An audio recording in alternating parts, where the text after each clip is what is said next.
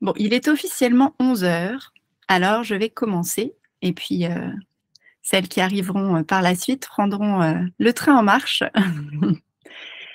Alors, j'ai par commodité coupé les micros parce que quand on est très nombreuses en ligne, souvent c'est compliqué. Il y a des sons qui se télescopent. Donc, ça n'est absolument pas pour ne pas communiquer avec vous parce que j'ai très envie de communiquer avec vous. Donc, n'hésitez pas à me mettre des petits messages dans le chat si vous en avez envie pour participer. Et puis, pour commencer, je vais me présenter un petit peu. Donc, je suis devenue psychologue clinicienne en 2003. J'ai exercé en tant que psychologue pendant 7 ans.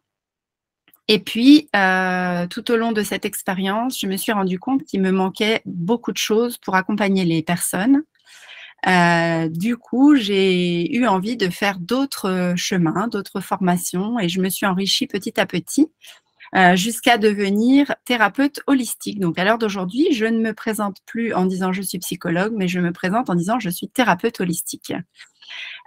Pourquoi? Parce que dans le métier de psychologue, on est beaucoup plus centré sur la psyché et le mental. Et pour guérir profondément les blessures, moi, j'ai pris conscience, en tout cas, c'est mon approche, qu'il fallait pouvoir prendre l'être humain dans sa globalité.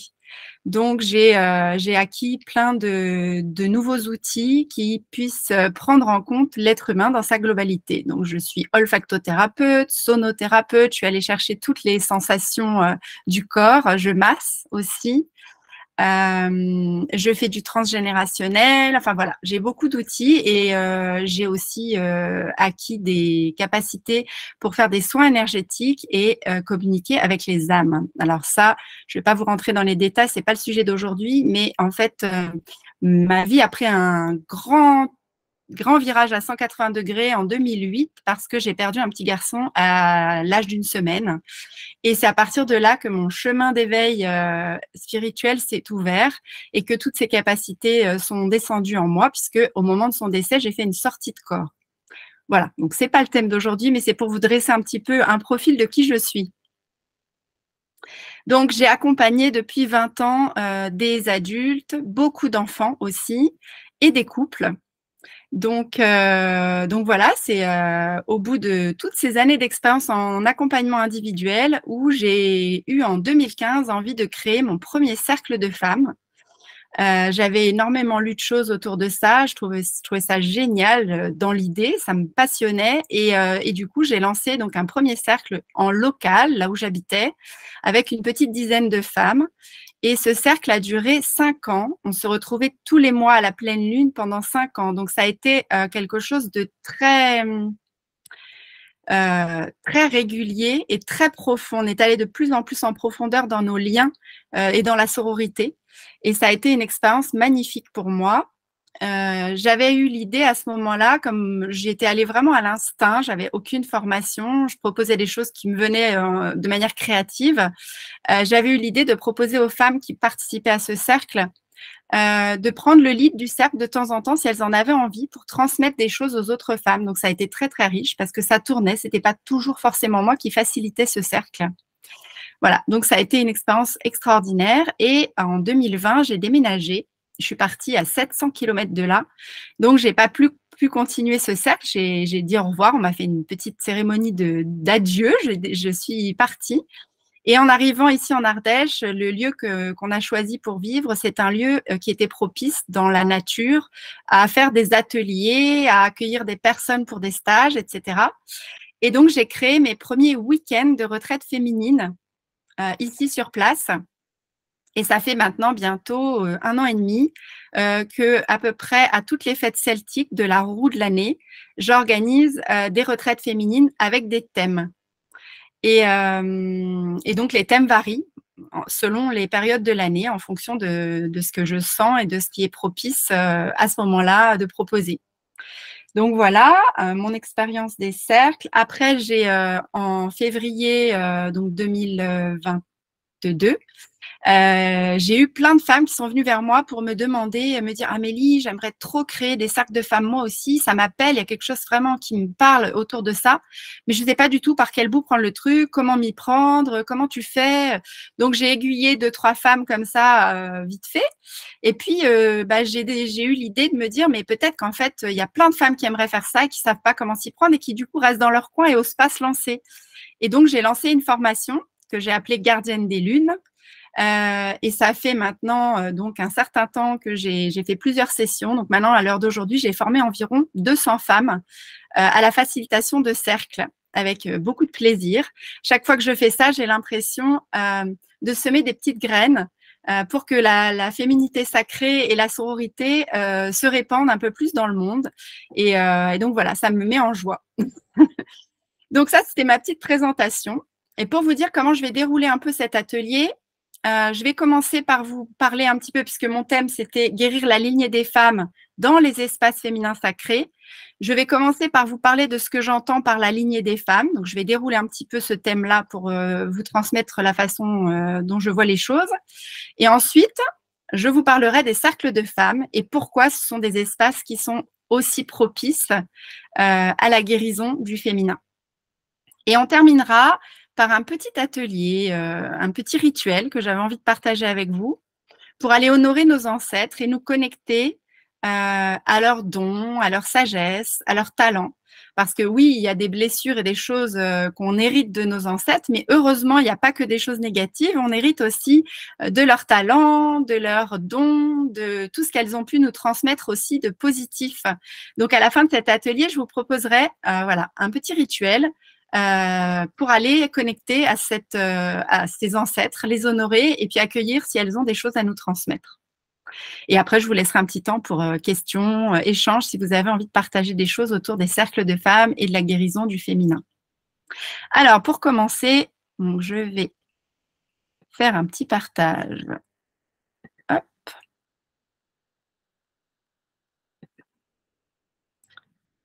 Hop.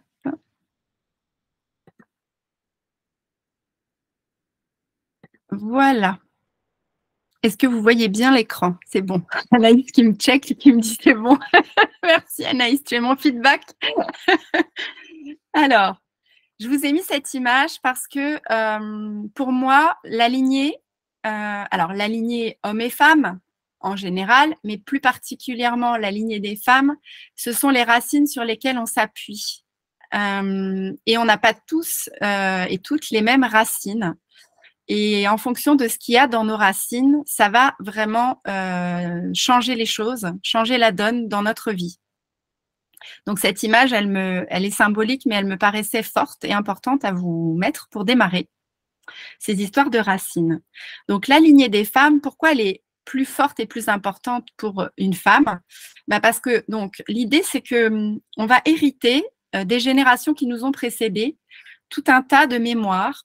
En fait, quand quelqu'un vit un stress, un trauma, une douleur émotionnelle intense, c'est tellement puissant que ça vient impacter dans toutes les cellules de notre corps et que l'ADN en fait partie. Donc, ça va jusque dans l'ADN.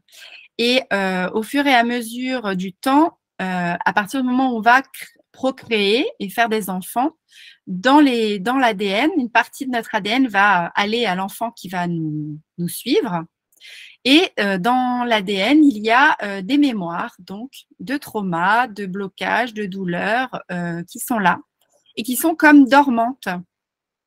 Et donc, on va arriver au monde avec ce bagage qui est en sommeil en nous et qui peut se mettre en route et se réveiller avec une occasion particulière. Ça peut démarrer dès la grossesse pour certaines personnes, ça peut démarrer à la naissance et ça peut démarrer à tout moment dans notre vie, à l'occasion d'un petit événement qui va venir nous perturber et qui va ressembler un tout petit peu à l'événement qui s'était produit pour notre ancêtre. Ça va venir se télescoper et ça va mettre en route la cassette.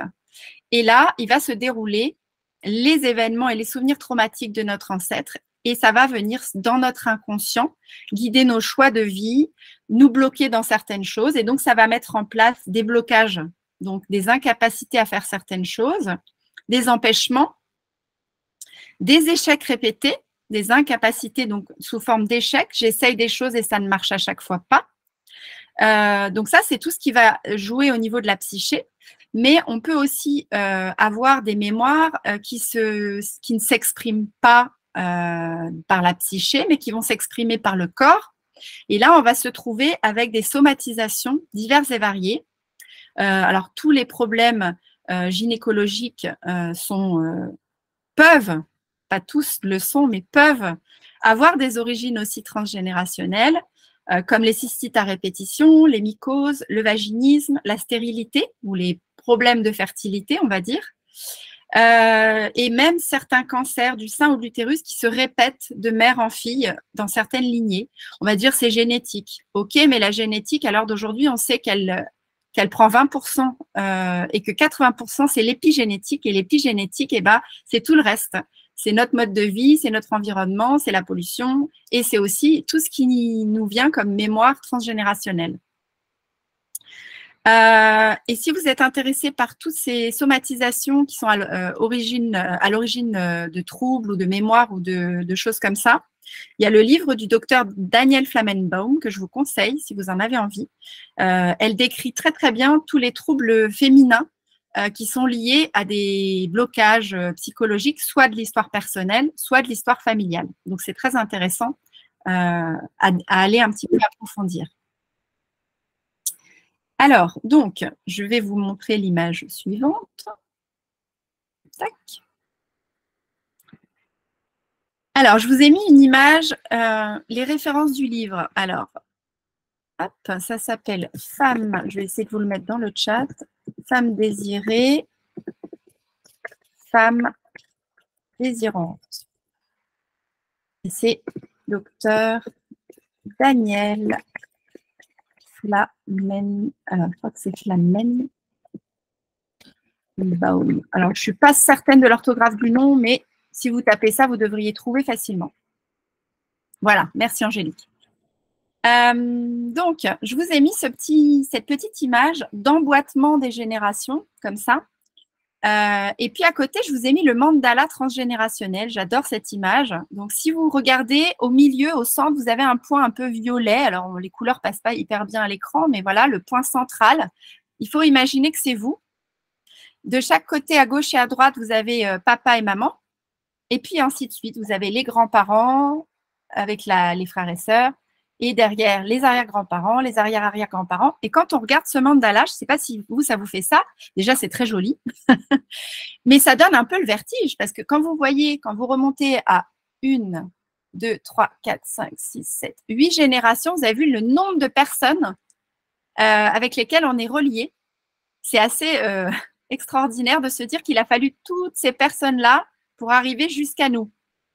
Donc, j'aime bien montrer ça quand j'accompagne des personnes, que ce soit en cercle ou en individuel, pour leur dire comment peut-on imaginer que toutes ces personnes qui ont existé avant nous et qui nous ont transmis chacune leurs gènes, les unes après les autres, ça peut n'avoir aucun impact sur nous. C'est quand même assez extraordinaire. Oui, on dirait une boussole, c'est vrai, Laetitia. Donc, voilà. Donc, ça, c'était pour vous montrer un petit peu comment ça voilà. Je trouve que c'est parlant de voir ça. Ensuite, ça aussi, j'avais envie de vous le faire voir.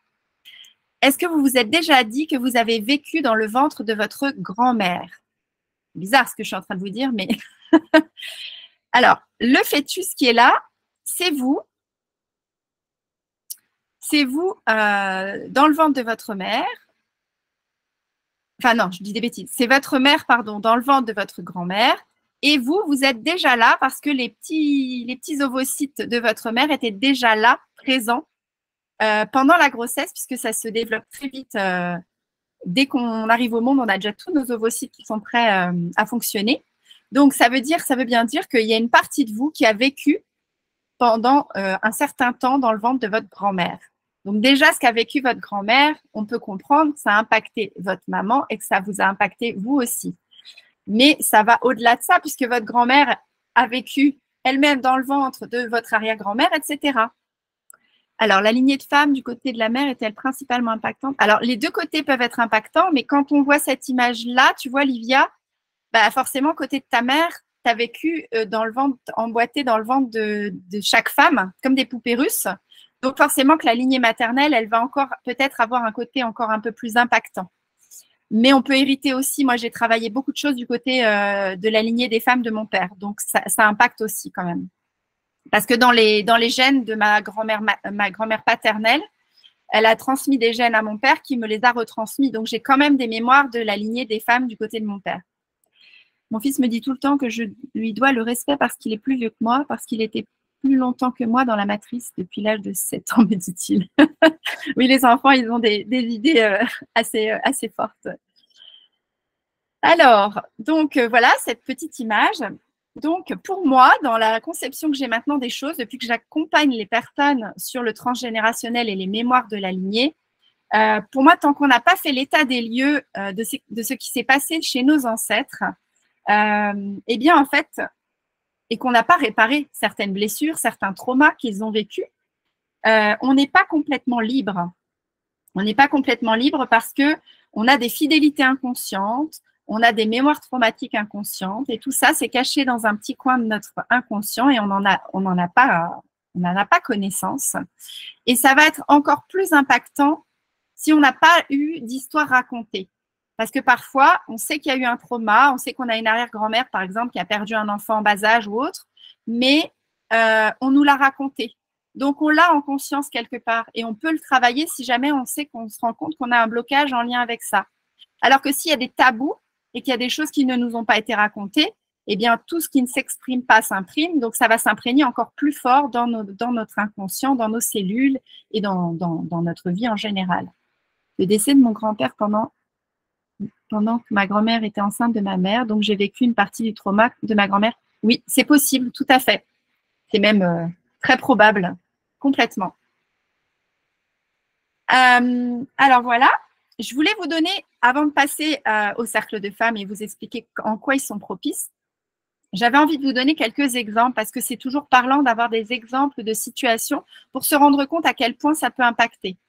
Donc, je vous donne des exemples de personnes que j'ai accompagnées, soit des adultes ou des enfants, et qui sont venus me voir avec des blocages ou des problèmes qui ne pouvaient pas être résolus avec leur seule histoire personnelle. Parce qu'évidemment, avant d'aller creuser dans l'histoire familiale, on commence toujours par se demander si le blocage qu'on a à voir avec un trauma qui nous appartient, quelque chose qu'on a vécu nous. Et parfois, il y a un petit truc qu'on a vécu nous, mais qui n'explique pas l'ampleur du trauma. Et c'est en cherchant le ricochet transgénérationnel au-dessus qu'on comprend l'ampleur du trauma.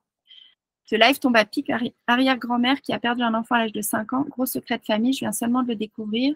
Cela s'est réveillé quand j'ai moi-même perdu un bébé. Voilà, voilà. Moi, c'est pareil. Tu vois, quand j'ai perdu mon bébé, j'ai fait des recherches et j'ai trouvé effectivement des points d'impact transgénérationnel. Des choses assez même puissantes. Bon, je vais commencer par là, tiens, avant de vous donner les deux autres exemples. C'est quand même assez parlant. Pour vous montrer les répétitions familiales aussi. Donc moi, quand j'ai perdu mon petit garçon, j'avais déjà 2 enfants, un petit garçon de 6 ans, une petite fille de 3 ans. Et ma petite fille de 3 ans a été très, très bouleversée et impactée par le décès de son frère. Elle se projetait, elle n'arrêtait pas de me parler d'elle quand elle aurait un bébé plus tard. Donc déjà, elle commençait à inscrire en elle. Moi aussi, quand j'aurai un bébé qui mourra, je perdrai mes cheveux, maman. Moi aussi, quand j'aurai un bébé qui mourra, je perdrai du lait dans mes seins et ça ne s'arrêtera pas de couler. En fait, elle transposait tout ce que je vivais et elle me demandait si elle aussi, elle aurait à vivre ça. Donc, on a dû la faire accompagner. Ça a été très, très puissant comme vécu, très, très intense. Et j'ai fait des recherches transgénérationnelles et ma fille, on lui a donné 2 prénoms, à part son prénom, son premier prénom. Et en fait, on lui a donné le prénom de la grand-mère de mon mari, qui est une femme extraordinaire que j'ai adorée, qui était vraiment une personne hyper aimante, hyper joyeuse, très attachée aux animaux. Enfin voilà, elle me plaisait beaucoup et mon mari l'adorait. Et l'autre prénom, c'était ma grand-tante, que j'adore aussi et dont je porte moi aussi le prénom, et qui n'a pas pu avoir d'enfant et pour qui j'avais envie de la faire continuer à travers moi et ma fille. Donc, je lui ai donné ce prénom. Mais à ce moment-là, je n'avais absolument pas conscientisé. Et quand on a eu cette histoire de perte de bébé, après, j'ai fait des recherches transgénérationnelles et j'ai découvert qu'en fait, la personne de la famille de mon mari, cette grand-mère, avait perdu 2 frères, non pas un, mais 2 frères, quand elle était enfant. Ça avait complètement bouleversé sa vie. Parce qu'à partir de ces deuils-là, qui à l'époque n'étaient pas du tout accompagnés, sa mère est tombée dans la dépression et elle a vécu toute son enfance dans une histoire de deuil terrible. Donc, elle avait perdu 2 frères et la grand-tante dont moi j'avais de ma lignée, à qui j'avais donné le prénom à ma fille, avait perdu une petite sœur qui était morte aussi d'une maladie à l'âge de 18 mois. Donc, ma fille portait 2 prénoms d'ancêtres ayant perdu des frères ou des sœurs. Et elle-même a revécu du coup la perte de son frère. Donc, pour vous dire jusqu'où ça va se loger, parce que dans les liens transgénérationnels, il y a des choses impactantes. On va en général chercher les prénoms, parce que si on donne un prénom à quelqu'un, c'est qu'il y a quelque chose d'une mémoire qui passe à travers le prénom, parfois. La place dans la fratrie, des rangs dans la fratrie vont aussi nous donner un lien plus fort avec certains ancêtres que d'autres. Et aussi les dates de naissance ou de décès qui coïncident ou qui sont proches à 15 jours, 3 semaines près. Donc, c'est par ces biais-là qu'on trouve un peu plus facilement avec quels ancêtres on a des liens. Et puis, bien sûr, après, il y a les traumas et les histoires familiales qui se répètent. Et là, on voit qu'on est lié à quelqu'un qui a vécu les mêmes choses que nous. Alors, donc, je prends un exemple d'une petite fille que j'ai accompagnée il y a quelques années. Une petite fille qui m'a été amenée pour des TOC. Elle avait des idées obsédantes à l'idée qu'elle touche le sexe des autres en permanence. Donc, à chaque fois qu'elle s'asseyait près de quelqu'un, elle avait peur d'avoir touché le sexe de la personne sans le faire exprès. Et ça l'envahissait tout le temps. Donc, si elle allait dans le métro et qu'il y avait quelqu'un assis à côté d'elle, elle rentrait à la maison, elle disait à sa mère, tu crois que j'ai touché le sexe de la personne qui était assise à côté de moi? Et ça l'envahissait d'angoisse. Si elle était assise à côté d'une petite copine en classe, est-ce que je lui ai touché le sexe pendant que je travaillais sans m'en rendre compte? Et c'était envahissant en permanence cette histoire. Du coup, j'ai creusé bien sûr déjà s'il n'y avait pas eu du non-respect du corps chez cette petite fille. J'ai creusé avec la maman s'il n'y avait pas eu d'autres choses dans sa vie qui pouvaient expliquer ça. On ne trouvait rien qui pouvait expliquer ça. Donc, j'ai demandé à la maman si elle pouvait me donner des informations sur son histoire à elle, sur l'histoire des ancêtres, s'il y avait quelque chose de l'ordre du non-respect du corps dans la lignée, et même si ce n'est pas facile à aborder, en tout cas qu'elle me donne des indices pour pouvoir aider la petite fille. Donc, la maman s'est sentie obligée de me parler seule et pas en présence de la petite fille pour m'expliquer en réalité que son père à elle, donc le grand-père de la petite fille, avait fait des attouchements à plusieurs oncles et tantes, que c'était très tabou dans la famille et qu'elle ne pouvait pas en parler à sa fille. Donc, je n'ai pas pu trahir ce que la maman m'avait dit, bien entendu, mais j'ai quand même pu du coup travailler avec la petite fille cette histoire en lui disant qu'il y avait eu dans la lignée un non-respect du corps d'une personne de la lignée envers d'autres personnes de cette lignée et que c'était une mémoire qu'elle portait en elle, mais que ça ne lui appartenait pas et qu'on allait l'aider à s'en libérer. Et donc, en fait, cette petite fille avait peur de toucher le sexe des autres parce qu'elle portait la mémoire du grand-père incestueux qui avait touché le sexe des autres, en fait. Et en faisant un travail de libération de ce trauma, cette petite fille a pu se libérer de ces idées obsédantes et a pu retrouver une vie normale. Donc voilà, pour vous dire jusqu'où ça peut impacter. Et j'ai un autre exemple aussi sur une adulte, cette fois-ci. Ça, c'est assez amusant comme exemple. Enfin, la fin est assez amusante. Donc, c'était une personne adulte qui, dans un groupe de travail, on travaillait sur le féminin et la libération des mémoires justement de la lignée féminine pour pouvoir, si on avait des blocages au niveau de la sexualité, etc., pour pouvoir s'en libérer. Et donc, cette femme racontait qu'avec son compagnon, avec qui elle était depuis pas mal d'années, ils étaient comme 2 copains, comme 2 frères et sœurs. Ils regardaient des dessins animés en pilou-pilou sur le canapé en mangeant des oursons en guimauve. Ça fait très cliché, mais c'est vraiment ce qu'elle vivait. Et qu'il n'y avait pas de sexualité. Que c'était vraiment comme des frères et sœurs, mais il n'y avait pas de sexualité. Et elle en souffrait. Elle trouvait ça assez terrible. Elle avait envie d'explorer ce côté sexuel et c'était bloqué en elle. Et du coup, donc lors de ce gros travail de nettoyage de la lignée, des libérations, etc., au niveau de la sexualité, pendant ce travail, elle a ressenti vraiment comme si sa yoni se réveillait avec quelque chose d'extrêmement puissant. Ça a été très libérateur pour elle. Et la petite anecdote amusante, c'est que son homme était à l'autre bout de la France. Et après ce travail, elle est allée se coucher, elle était épuisée. Et le lendemain matin, quand elle a voulu rallumer son téléphone pour discuter avec son homme, elle avait plein de messages de son homme qui avait essayé de la joindre. Il s'est retrouvé en érection toute la nuit.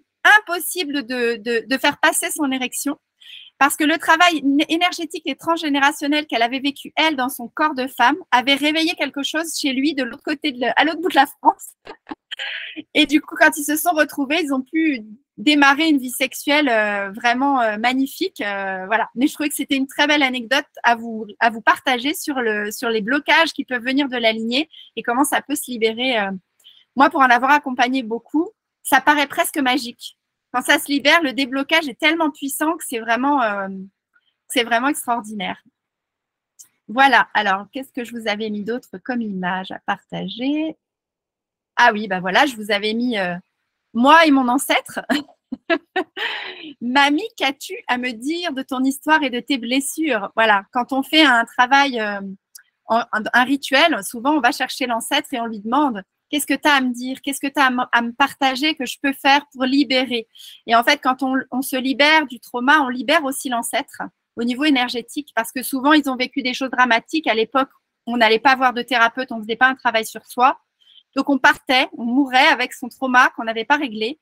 Et les âmes continuent de porter leur trauma au niveau énergétique. Donc, quand on fait ce travail de libération, on se libère soi, on libère les ancêtres et on libère nos enfants qui n'auront pas forcément du coup à porter ce trauma et à continuer de subir la répétition familiale.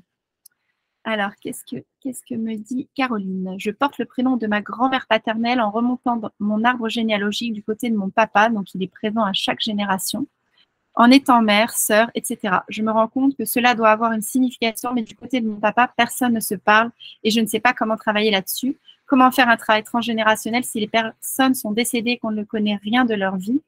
Alors, tu peux travailler déjà comme je te le dis là, c'est-à-dire qu'en changeant de niveau de conscience, tu peux aller chercher des informations, ça c'est possible.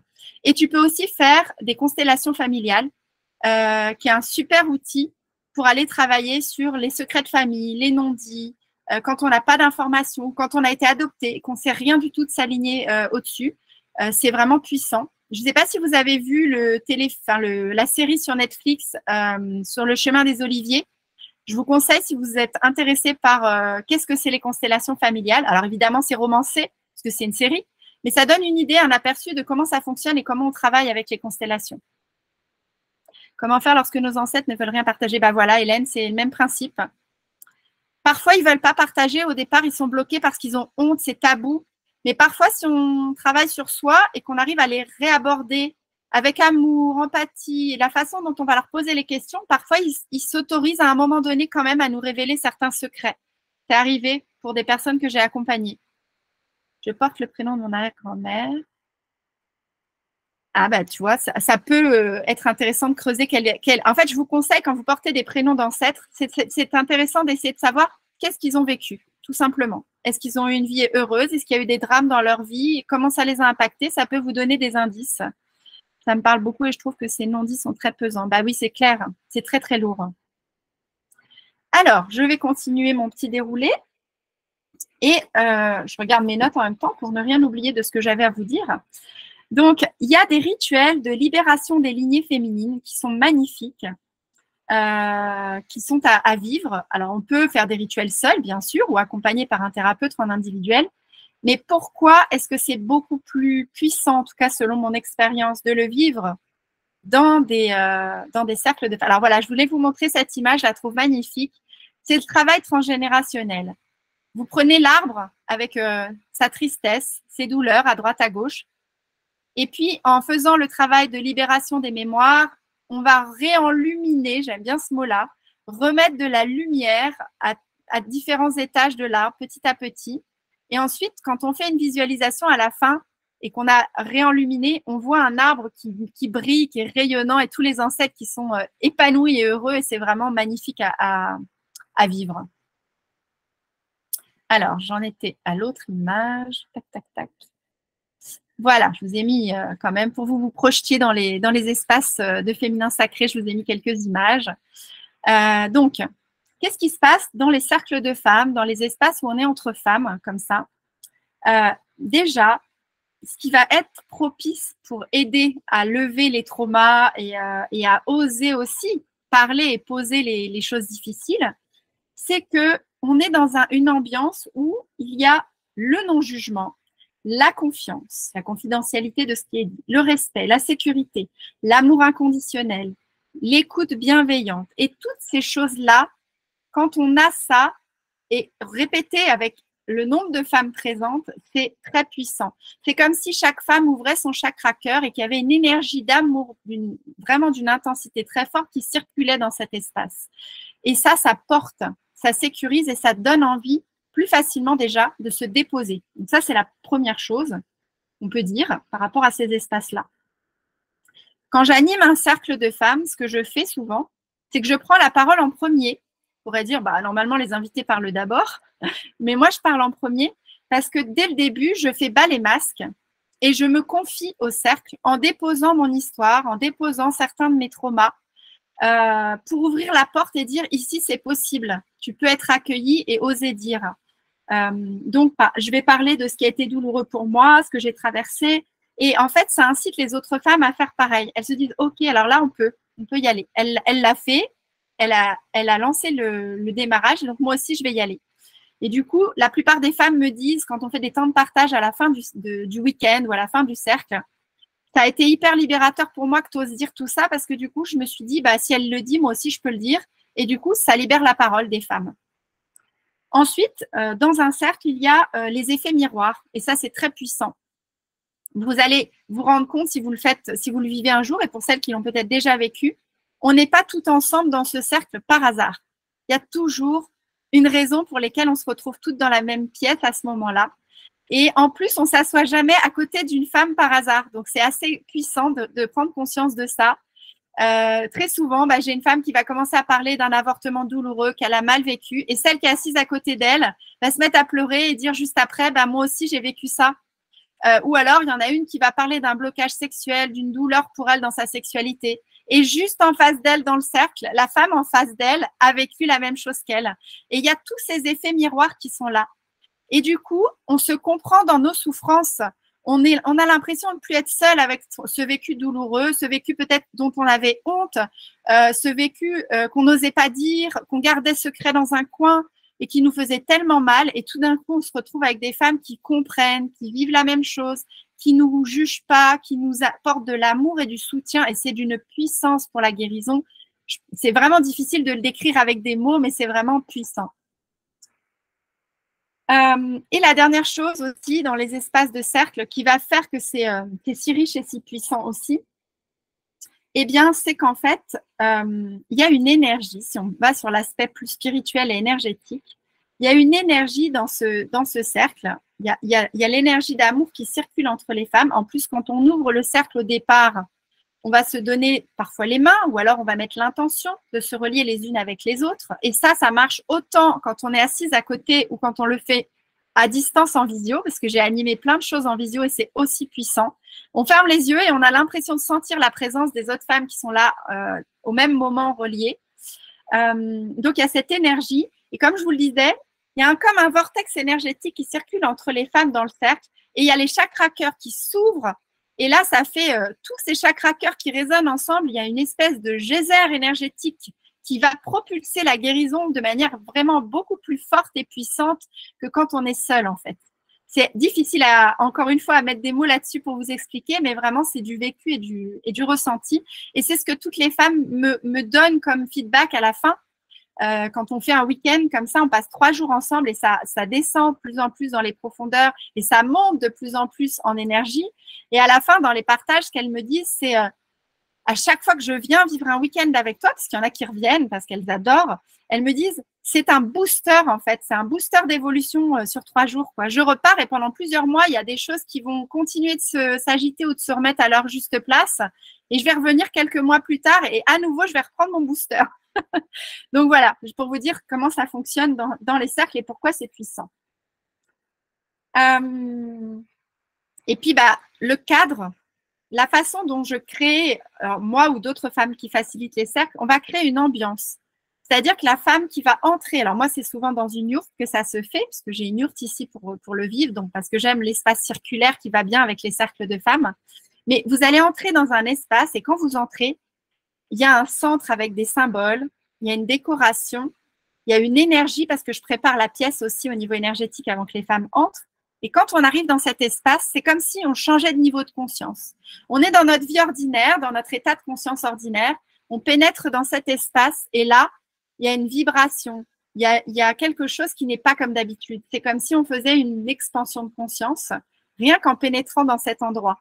Ensuite, on se donne les mains, et là, la montée d'énergie arrive, et là, on est dans un vaisseau spatial où on part tout ensemble, et chacune va vivre ce qu'elle a à vivre. Il y a aussi quelque chose qui va se vivre dans le groupe, et à la fin, ben, voilà, on arrive tout ensemble à destination, avec chacune ce qui avait besoin d'être vécu, qui a été vécu, et chacune à son rythme. On va aussi dans ces espaces se relier parfois à des archétypes du féminin qui vont nous donner aussi l'impulsion d'aller travailler certaines choses. Si on veut parler par exemple de la sexualité féminine sacrée, on va se relier à la lignée de Hathor, Isis, Marie-Madeleine et toutes ces puissances de femmes d'énergie de femmes qui vibrent vont venir aussi donner leur petit coup de pouce, on va dire. On peut aussi appeler les ancêtres, encore une fois. Il va y avoir d'autres énergies présentes en plus de celles du féminin qui sont incarnées et là dans le cercle. Donc il y a quelque chose de l'ordre de je sors de ma vie de tous les jours, je rentre dans cet espace et je vais vivre quelque chose de hors du commun. Il y a aussi ça dans ces espaces de féminin sacré.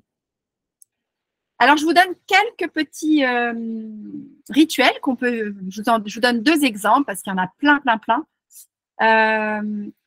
Et en fait, donc, par exemple, il y a le rituel de la ionistime qui peut être vécu aussi seul, mais qui peut aussi être vécu en groupe. Et là, en fait, donc, je ne sais pas si vous avez entendu parler de ça, c'est un bain de vapeur, comme quand on fait une inhalation quand on a un rhume, mais qui se fait avec le vagin.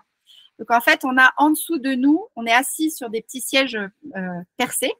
En dessous de nous, on a des casseroles ou des récipients. Moi, j'aime bien le faire dans un chaudron. J'ai un chaudron spécifique pour ça. Et dedans, on va mettre de l'eau bouillante et on va mettre des plantes spécifiques, les plantes qui correspondent à ce qu'on a besoin de travailler. Ensuite, avec une grande jupe ou un paréo, on va s'asseoir sur ce siège et on va laisser ce bain de vapeur chargé avec l'énergie des plantes passer pendant 20 à 30 minutes. On peut faire des chants sacrés, on peut dire des prières, on peut dire des intentions, on peut se connecter et visualiser des choses. Et ce bain de vapeur sacré, avec ces plantes qui sont là, va venir purifier, libérer toute notre matrice des mémoires transgénérationnelles, des blessures qu'on a vécues soi-même, si on a vécu du non-respect du corps, si on a vécu un avortement violent, si on a vécu une fausse couche, si on a vécu un deuil de bébé et que notre matrice est restée chargée d'énergie, de souffrance et de tristesse. Ces bains de vapeur peuvent aussi parfois aider quand on a des règles douloureuses, quand on a des problèmes de mycose à répétition. Moi, je l'ai fait faire il n'y a pas longtemps en individuel à une jeune femme qui avait des problèmes de cystite à répétition. Et on vit ce bain de vapeur, il y a des choses qui se passent, et les jours d'après et les règles suivantes, souvent, il y a quelque chose qui bouge et qui est plus pareil. Donc, c'est vraiment un rituel qui est très beau, qu'on peut vivre seul, bien sûr, si on n'a pas envie, si on est pudique, qu'on n'a pas envie de le vivre à plusieurs, mais qui peut aussi être vécu avec plusieurs femmes présentes en cercle, avec chacune son intimité sous la robe, mais qu'on va partager et vivre ensemble. Donc ça, c'est un premier rituel que je vous partage, qui est très chouette à vivre en groupe. Et après, il y a un autre rituel que je fais vivre aux femmes quand je fais, par exemple, je vais le faire là à nouveau, quand je vais faire le week-end de Yule, donc la fête au mois de décembre, la fête celtique, où là, je fais un week-end où c'est le thème, c'est équilibrer son masculin et son féminin à l'intérieur de soi et se remettre en réconciliation avec le masculin à l'extérieur de nous, donc avec l'homme. Et pendant ce week-end, on fait un rituel avec les femmes présentes qui s'appelle le rituel du pénis. Et en fait, ce rituel, il consiste à façonner avec de l'argile, avec de la terre. Au départ, la terre, elle est là, elle a aucune forme. Et on va lui donner une forme de pénis. On va modeler un pénis. Et en faisant ce travail, on se met dans une énergie particulière et en conscience. On va mettre dans cette terre tous les traumas, toutes les blessures, toutes les pensées négatives, toutes les croyances, toutes les choses douloureuses qu'on a autour du sexe masculin. C'est très, très puissant. Il y a des femmes qui n'arrivent même pas à toucher la terre tellement, rien que l'idée de savoir que ça va se transformer en pénis, elles n'arrivent pas à toucher la terre au départ. Même la terre qui ressemble à rien au départ. Donc, il y a tout un accompagnement et c'est très, très puissant. Et à la fin, quand le pénis est fini de façonner, on va tout ensemble. Alors, moi, j'ai la rivière sur mon terrain, donc c'est facile. mais on va tout ensemble à la rivière avec notre sculpture. Et dans un rituel réparateur, on va aller rendre à la rivière ces mémoires négatives de l'homme et laisser se dissoudre ce pénis en terre dans l'eau qui est féminine et qui est libératrice, purificatrice et nettoyante. Et du coup, part dans cette rivière toutes les mémoires qu'on a eues de douleur avec l'homme. Bon, voilà. Ensuite, on clôture ça par un rituel du pardon. Donc, j'aime beaucoup faire aussi les rituels du pardon. Une cérémonie avec un chemin symbolique à emprunter pour aller pardonner aux hommes de notre lignée, de notre vie, de tout ce qui s'est passé avec l'homme. Donc, c'est très, voilà, je vous donne un détail du week-end de là, mais c'est pour vous dire que c'est un autre rituel qu'on peut vivre en cercle. Et on est tellement solidaires et tout ensemble qu'on peut affronter, même si on a peur de ce pénis qu'on est en train de sculpter, on a les autres femmes qui sont là, qui nous rassurent, qui nous encouragent. Et du coup, ça va nous aider à passer le cap et à aller un petit cran au-dessus de ce qu'on aurait peut-être osé faire si on avait été toute seule pour le faire. Voilà un petit peu les exemples que j'avais à vous donner. En tout cas, tout ça pour vous dire que en 8 ans d'expérience de cercle de femmes, j'ai assisté à des choses magnifiques, merveilleuses, qui m'ont émerveillée, c'est le cas de le dire. Moi aussi, j'ai beaucoup guéri, j'ai beaucoup avancé grâce à ces espaces de sororité. Et chaque fois que j'accompagne un espace, il y a une part de moi qui guérit à nouveau un peu plus. À chaque fois, c'est toujours magique. Donc j'adore et je continue de faire des cercles de femmes, des week-ends et je continue de former les femmes en espérant que les graines se multiplient, qu'il y ait de plus en plus d'espaces comme ça partout dans le monde pour que les femmes puissent guérir et pour qu'on puisse transmuter et réparer les relations aussi entre hommes et femmes par la suite. Parce que si on en passe par notre féminin sacré, on n'a plus besoin d'être dans la lutte, dans la recherche de se venger, dans la recherche d'égalité à tout prix, parce que la lutte finalement, elle guérit rien. C'est guérir à l'intérieur de soi, ensuite on rayonne et ensuite ça guérit tout seul le lien. Est-ce que j'avais une autre image à vous montrer? Qu'est-ce que j'avais mis d'autre? Oui, je vous avais mis ça aussi parce que c'est beau, parce que je vous disais à chaque fois qu'on répare une petite lumière dans l'arbre, eh bien, on va pouvoir accueillir la lumière, en fait. On va transmuter une ombre et on accueille une lumière qui redescend dans l'énergie. Et à chaque fois, du coup, on accueille un talent. Parfois, on s'est bloqué d'un talent familial parce qu'on bloquait une mémoire qui nous faisait mal. Et quand on transmute cette mémoire, hop, tout d'un coup, on a le talent d'une ancêtre qui descend et on a des capacités qui se révèlent. Et je trouve ça vraiment magique et beau aussi à voir. Alors, voilà. Alors, je vais essayer. Je dis bien essayer. Hop. Voilà, de vous partager une musique.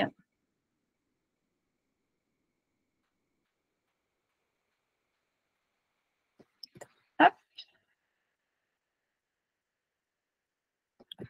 Je vous mets une musique YouTube dans le chat.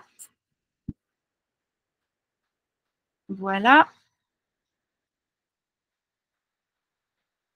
Et je vous propose, donc si vous y arrivez, c'est super. Si c'est compliqué que vous n'y arrivez pas, il n'y a aucun problème. Vous pouvez le faire dans le silence aussi, ça marche très bien. Je vais vous faire un petit rituel guidé en ligne ensemble. Je vous propose de partager ça pour aller honorer, saluer nos ancêtres et pour aller voir s'il y a des choses qui ont besoin de se dire, de descendre et d'accueillir peut-être des talents, des choses belles qu'elles ont aussi à nous transmettre. Alors, je vais mettre une oreillette pour me mettre dans la même ambiance musicale que vous, parce que je trouve ça plus sympa d'être dans la même énergie. Je vais mettre en route moi aussi ma musique. Est-ce que c'est bon pour vous si je démarre maintenant? Est-ce que vous êtes prête? Ouais, j'ai 1 pouce, 2 pouces, 3 pouces. Allez, c'est super, on y va. Alors, je démarre. Je mets la musique. Alors, vous allez commencer par juste vous positionner confortablement pour être vraiment confort dans votre corps, pas être crispé, pas vous sentir coincé, vous sentir libre. Vous allez fermer les yeux pour retrouver quelques instants votre intériorité. Et vous allez prendre une grande inspiration profonde.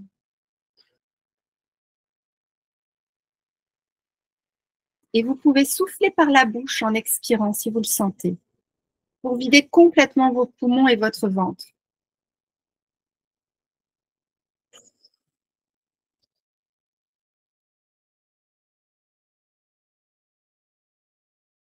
Très bien. Prenez un instant pour sonder votre corps. Que ressentez-vous à l'idée de vous connecter à votre essence profonde?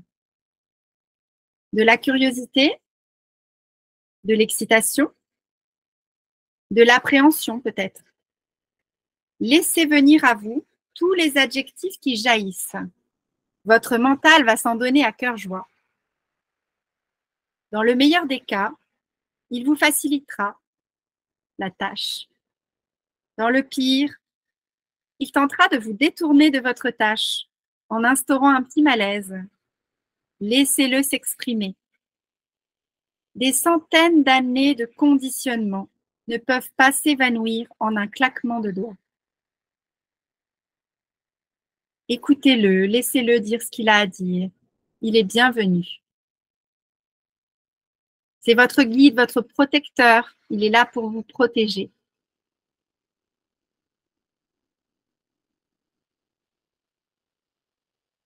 Alors, vous allez petit à petit, avec curiosité, observer la valse des émotions qui traversent votre esprit. Laissez-les défiler sans intervenir, sans vous laisser happer par elles.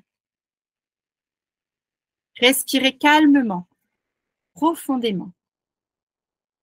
Et lorsque vous êtes prête, utilisez votre souffle pour évacuer toutes les pensées parasites de cet instant précieux. Comme le vent chasse les nuages, permettez à votre souffle d'évacuer les pensées de votre mental et celles de votre cœur. Alors que vous êtes ici et maintenant, sereine, ressentez les zones de votre corps en contact avec le support sur lequel vous êtes installé. Notez toutes les sensations physiques que vous y trouvez. Chaleur, picotement, tension, confort. Et poussez votre souffle dans ces zones. Imaginez des racines qui s'enfoncent dans le sol à chaque expiration. Grâce à elles, vous êtes parfaitement ancré et stable.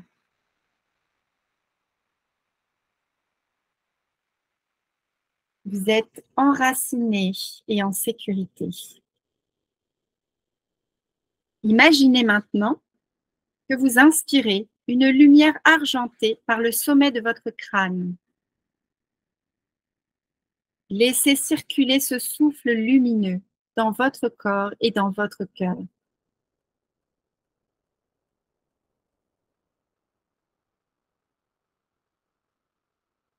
Vous êtes prête désormais à invoquer le pouvoir des femmes de votre lignée. Prenez un instant pour visualiser toutes les femmes qui vous ont précédées, celles que vous connaissez, pour lesquelles vous avez la facilité à mettre un visage, et même celles que vous ne connaissez pas, il y a leur présence et peut-être des visages qui apparaissent.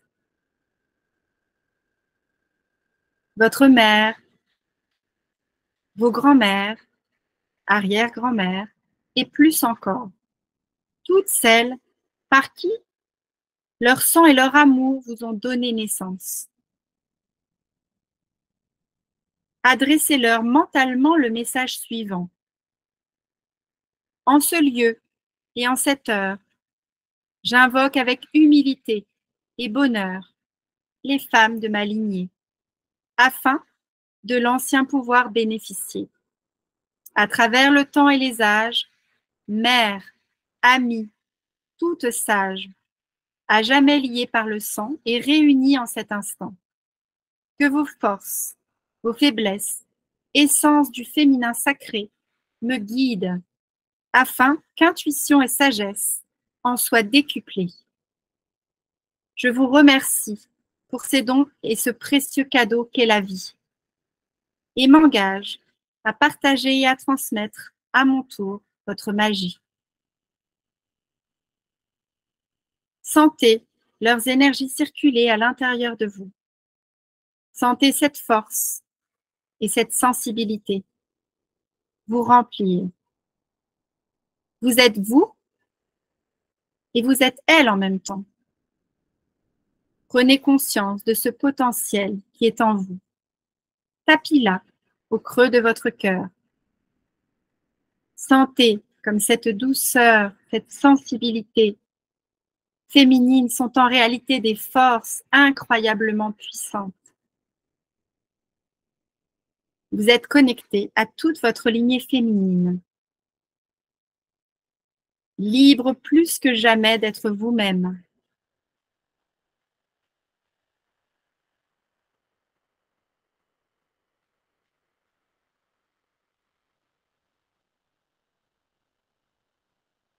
Lorsque vous vous sentirez prête, vous pourrez remercier toutes celles qui vous ont précédé et bénir toutes celles qui vont vous suivre.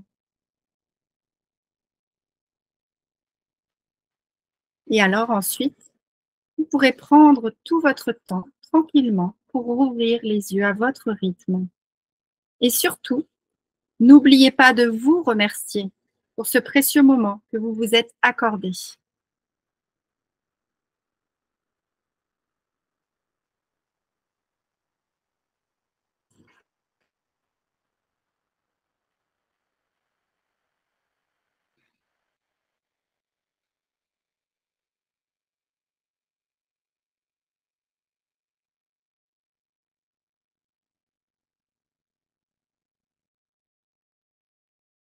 Voilà, je vous laisse revenir tout doucement à votre rythme.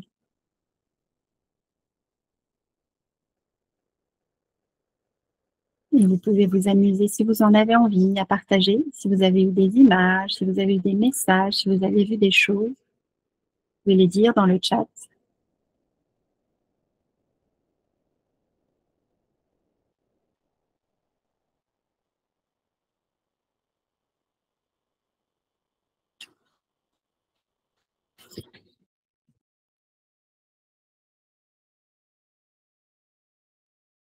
Est-ce que tout le monde est bien revenu?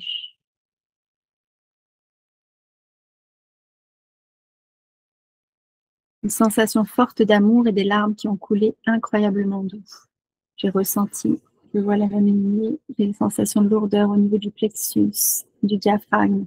Toutes les sensations que vous avez dans votre corps, que vous avez ressenties, c'est intéressant si vous pouvez vous les noter, parce que c'est des pistes pour pouvoir après aller les réparer, aller les apaiser. Ça m'a plutôt angoissée de penser à ma mère et à ma grand-mère. Ben oui, selon où on en est, de s'aligner, ça peut aussi, mais en même temps, ce sont des messages qui sont intéressants que tu vas pouvoir utiliser pour en faire quelque chose. J'étais un peu triste en pensant que la lignée féminine s'arrête avec moi car j'ai 2 garçons mais pas de filles. Eh ben non, parce que tes garçons vont peut-être avoir des filles. Donc, il y aura quand même une lignée qui va se poursuivre à travers toi. Il y a un moment où il y a bien des filles qui vont revenir, même si c'est 3, 4 ou 5 générations après. Des larmes de joie devant la puissance de toutes ces femmes, leur audace, leur force de caractère. Oui, c'est ça qui est magique. C'est de voir tout ce qu'elles ont traversé, tout ce qu'elles ont vécu. J'ai vu que l'énergie argentée allait au bout de l'arbre générationnel à chaque expiration. N'allez pas au bout de la douleur de la construction. Oui. Alors, tout ce que vous avez vécu là, c'est des pistes, c'est des informations. Donc, quand il y a des choses douloureuses, c'est qu'est-ce qu'il va y avoir à travailler, à transmuter. Quand il y a des informations belles et qui vous font du bien, eh ben, prenez et nourrissez-vous-en. Mais il y a vraiment à chaque fois, il y a quelque chose d'intéressant et ça vient vous donner un message. Lourdeur au niveau du cœur, couleur rose et sensation de forte puissance qui est en attente. Oui, parce qu'en fait, toute la puissance féminine qui peut parfois être bloquée dans notre bassin, eh ben, elle est parfois bloquée à cause de ça. Une fois qu'on a réparé l'arbre au-dessus de nous, on libère toute cette tension et là, c'est d'une puissance. Moi, j'ai vécu une fois une montée de Kundalini extraordinaire après avoir fait des respirations, un travail de libération de la lignée et paf, l'énergie est partie d'un coup derrière parce qu'elle était coincée dans mon bassin jusqu'ici. Et c'est là que je vous dis que la puissance de l'énergie féminine du bassin, elle est extraordinaire. J'ai découvert à ce moment-là qu'elle était, moi jusqu'ici, j'avais, pendant toute une période de ma vie, je sortais le mec à l'intérieur de moi, j'étais très yang pour me protéger en fait. Et là, j'ai découvert que ça ne servait pas du tout de sortir mon chevalier masculin parce que quand j'étais pleinement dans mon bassin et dans mon féminin sacré, c'était d'une puissance extraordinaire, bien plus puissant que le petit yang que je pouvais sortir de temps en temps pour me défendre. Je me sens apaisée. J'ai vu des personnes qui remontent avant mes arrière-grand-mères. J'ai vu une vieille âme. Oui, on voit beaucoup d'images. C'est pour ça que je vous disais que quand on part dans des niveaux de conscience comme ça, on a des fois des informations qu'on ne peut pas avoir dans le réel par les gens parce qu'ils sont plus là ou autres, mais on a des informations. Un peu de mal à me mettre dedans, mais je vais le refaire plus tard. Merci pour cette précieuse transmission et tes explications très intéressantes. J'ai mon arrière-grand-mère paternelle qui est venue me voir. Je lui ai raconté qu'elle avait été aimée, même si elle a dû partir sans donner de nouvelles. Alors, on peut aussi ramener dans le clan symboliquement les personnes qui ont été exclues. Moi, j'ai accompagné des femmes. Il y a des histoires de femmes très violentes, notamment, par exemple, pendant la guerre, une grand-mère qui est restée 5 ans seule avec des enfants bas âge, qui étaient vraiment dans la difficulté financière et tout ça. Et un homme s'est pointé et elle a vécu une histoire d'amour avec cet homme. Elle s'est raccrochée à lui. Seulement, son mari étant parti à la guerre, quand il est revenu, tous les voisins, tout le monde lui a dit qu'il y avait eu un homme pendant ce temps-là. Et cette femme a été bannie du clan. Le mari l'a virée. Elle n'a plus le droit de voir ses enfants. Enfin, ça a été très violent. Et ça a laissé des séquelles dans les lignées du dessous. Et on a pu, avec la petite fille de cette femme, on a pu, une femme adulte, la ramener symboliquement dans l'arbre et lui redonner sa place, sa juste place dans l'arbre. Donc, c'est très, très puissant. Il y a vraiment des magnifiques choses à faire. Est-ce que la lignée pourrait être poursuivie par le fils de mon frère alors que de mon côté, j'ai fait le choix de ne pas en avoir? Tout à fait. Oui. Les lignées, si toi, tu n'as pas d'enfants, les lignées de femmes de ton côté vont passer à travers les enfants de ton frère parce que de toute façon, ça passe, ça circule. Il y a toujours moyen, il y a toujours un moyen pour que ça se libère. Comme si mon corps était trop petit pour contenir autant d'énergie. Oui, hein, c'est puissant. Hein. Si le travail est très loin dans la nuit, on peut le travailler seul ou il vaut mieux faire un soin énergétique accompagné. C'est pas l'histoire d'être loin ou pas dans la lignée qui va faire que tu vas avoir besoin d'être accompagné ou pas, c'est l'intensité. Si c'est très lourd, très profond, très intense, on a besoin d'être porté, accompagné, réceptionné, contenu par quelqu'un pour faire ce travail. Si c'est des choses que tu te sens capable de faire et de vivre, eh ben, tu peux les faire seul, mais voilà, ça dépend de comment tu ressens les choses. Et là, tu vois, en faisant la visualisation, il y a des femmes qui ont dit c'était lourd, c'était dans le cœur, ça faisait mal, c'était triste. Peut-être que quand c'est douloureux comme ça, c'est mieux d'être accompagné et guidé. J'ai le bébé qui a perdu ma mère avant moi et dont je porte le prénom est venu me dire d'être moi. Mais oui, il y a aussi un travail magnifique de libération des petites âmes pour qu'elles aient leur juste place et que toi, tu puisses vivre que pour toi et pas vivre par procuration pour l'autre personne qui est décédée. Il y a un travail magnifique à faire. Moi, j'ai beaucoup été vigilante à ça. Je l'ai beaucoup travaillé avec parce que j'ai eu 2 autres enfants après le décès de mon fils. Et les petits garçons qui sont arrivés derrière, j'ai aussi fait beaucoup ce travail pour être sûre qu'ils ne soient pas porteurs de ce travail. Mais s'ils le portent quand même un peu, eh ben, on le retravaillera quand ils vont être plus grands, en fait. Alors, avant d'aller plus loin dans les partages, parce qu'on va échanger, là, je vais enlever le partage d'écran pour qu'on puisse parler ensemble, voilà. Je voulais vous donner quelques liens. Alors, je ne sais pas si vous avez vu le cadeau que je proposais dans le catalogue du festival. Je vous le remets dans le chat s'il y a des femmes qui ne l'ont pas vu. Donc, je donne une masterclass gratuite bientôt, tout bientôt, la semaine prochaine, sur comment créer des cercles de femmes. Donc, si vous avez envie de venir faire un tour, c'est gratuit et vous pourrez avoir déjà des pistes sans forcément passer par ma formation, mais déjà au moins d'avoir des pistes pendant cette masterclass. Ensuite, je vous ai mis d'autres liens. Je propose un rendez-vous découverte de 30 minutes pour les femmes qui ont besoin de travailler sur leur lignée pour voir ce qu'elles ont à travailler, faire un état des lieux et puis voir si après, par la suite, éventuellement, elles veulent être guidées et travailler avec moi. Ça leur permet d'en savoir un petit peu plus sur mes accompagnements. Donc, je vous mets aussi ce lien-là. Comme ça, vous pouvez, si vous en avez besoin ou envie, venir. C'est un petit cadeau en plus. Et je vous mets aussi le lien pour celles qui seraient intéressées de venir vivre l'expérience pendant 3 jours d'une retraite féminine. Eh bien, je vous mets le lien vers toutes les retraites que j'organise les mois à venir jusque juin l'année prochaine. Voilà, comme ça, tout est complet. Et maintenant, je peux arrêter le partage et comme ça, on va pouvoir se voir mieux. Alors, attendez, je vais même essayer de faire quelque chose pour que on se voit toutes. Je vais remettre la mosaïque. Voilà. Super. Donc, je vais regarder un petit peu toutes les questions et les choses qui ont été dites. J'en ai vu quelques-unes passer, mais pas toutes. Alors, je remonte un petit peu au temps de partage. Alors, sensation dans les 2 bandes. Ça, je l'avais vu. Ah non, comme si c'était les 2 branches d'un arbre reliées à mon cœur et l'énergie. Ça, c'est, tu vois, les symboliques sont fortes, effectivement. Ça, c'est une très belle image. J'ai eu une sensation de douleur au niveau du plexus. Donc là, voilà, là, il y a un blocage, il y a quelque chose qui t'oppresse. Donc, c'est important de pouvoir éventuellement, par la suite, trouver le moyen de te libérer de ça. Déjà, la respiration peut beaucoup aider, la respiration en conscience. Tu respires et en soufflant, t'imagines que tu débloques, tu libères, que tu fais le trajet pour que ça puisse se libérer dans ton diaphragme. Les seins, tu as le droit aussi de masser tes seins avec une huile douce et avec beaucoup d'amour. Peut-être qu'il y a quelque chose à réparer de la lignée au niveau de tes seins. Beaucoup de chaleur dans le corps, des images de personnes que je ne connais pas. Ouais, bah si c'est des ancêtres que tu ne connais pas, effectivement. Après, il faut que tu regardes dans les images que tu as eues. Est-ce que c'était des images de personnes qui avaient l'air sereines? Est-ce que c'était des images de personnes qui avaient des choses à dire? Ça a été beaucoup trop rapide pour moi. Je n'ai pas eu le temps de me plonger dedans. Bah oui, j'imagine. C'est vrai que c'est pas aussi simple que quand on est dans un présentiel et on a le temps de prendre beaucoup plus le temps de dérouler les choses. Je pense avoir besoin de plus de temps, bien sûr, oui. Un gros mal de tête, ok. Bah, peut-être que c'était trop douloureux et que le mental a préféré bloquer. Ça arrive aussi, Angélique. Émotion, tristesse, frisson, des larmes ont coulé. Libération, nettoyage, les larmes. Ça, je l'avais déjà lu. Merci de. Je suis toute retournée étant enceinte, mais j'ai senti que toutes ces femmes étaient là. Bah, toi, du coup, tu es enceinte. Tu as la belle image que j'ai mis avec les femmes de la lignée au-dessus de toi qui sont là pour protéger ce bébé à l'intérieur de toi. Un haut le cœur. Eh ben oui, alors là, c'est qu'il y a quelque chose d'assez intense qui a besoin de peut-être d'être travaillé et de sortir. Les vibrations dans les pieds. Ah oui, on peut aussi retrouver de l'ancrage quand on fait ce travail. C'est intéressant, ça aussi. J'étais un peu triste et je pensais que la lignée fait. Ah oui, alors ça, je l'ai lu tout à l'heure. Beaucoup de larmes. Des larmes de joie devant la puissance. Ça, je l'ai lu. Alors, dans ma famille, la femme, la féminité n'a pas sa place. Les femmes ont pris le rôle d'homme. Et bien souvent, quand c'est comme ça, c'est ce que j'expliquais pour moi tout à l'heure, c'est qu'il y a eu des blessures, qu'il y a eu des choses très lourdes et qu'on a eu besoin de sortir le chevalier, le guerrier, le mec en nous pour nous protéger parce qu'on ne s'est pas senti protégé en fait. Des larmes, les mains d'une grand-mère et d'une arrière-grand-mère dans les mains, leurs bras autour de moi, beaucoup d'amour, beaucoup de soutien qui vient de très loin. Et oui, j'ai vu de l'énergie, ça je l'ai lu, mes yeux fermés vibraient, j'ai beaucoup pleuré en pensant à mes ancêtres féminines décédées. Je ne veux pas d'enfants par contre. Bah, il y a aussi parfois quand on a eu des choses compliquées, on n'a pas forcément envie d'avoir des enfants parce que il y a aussi ça. C'est j'ai pas envie de transmettre ou j'ai pas envie, mais tu sais que tu peux aussi transmuter et que tu n'es pas obligé de transmettre certaines mémoires lourdes.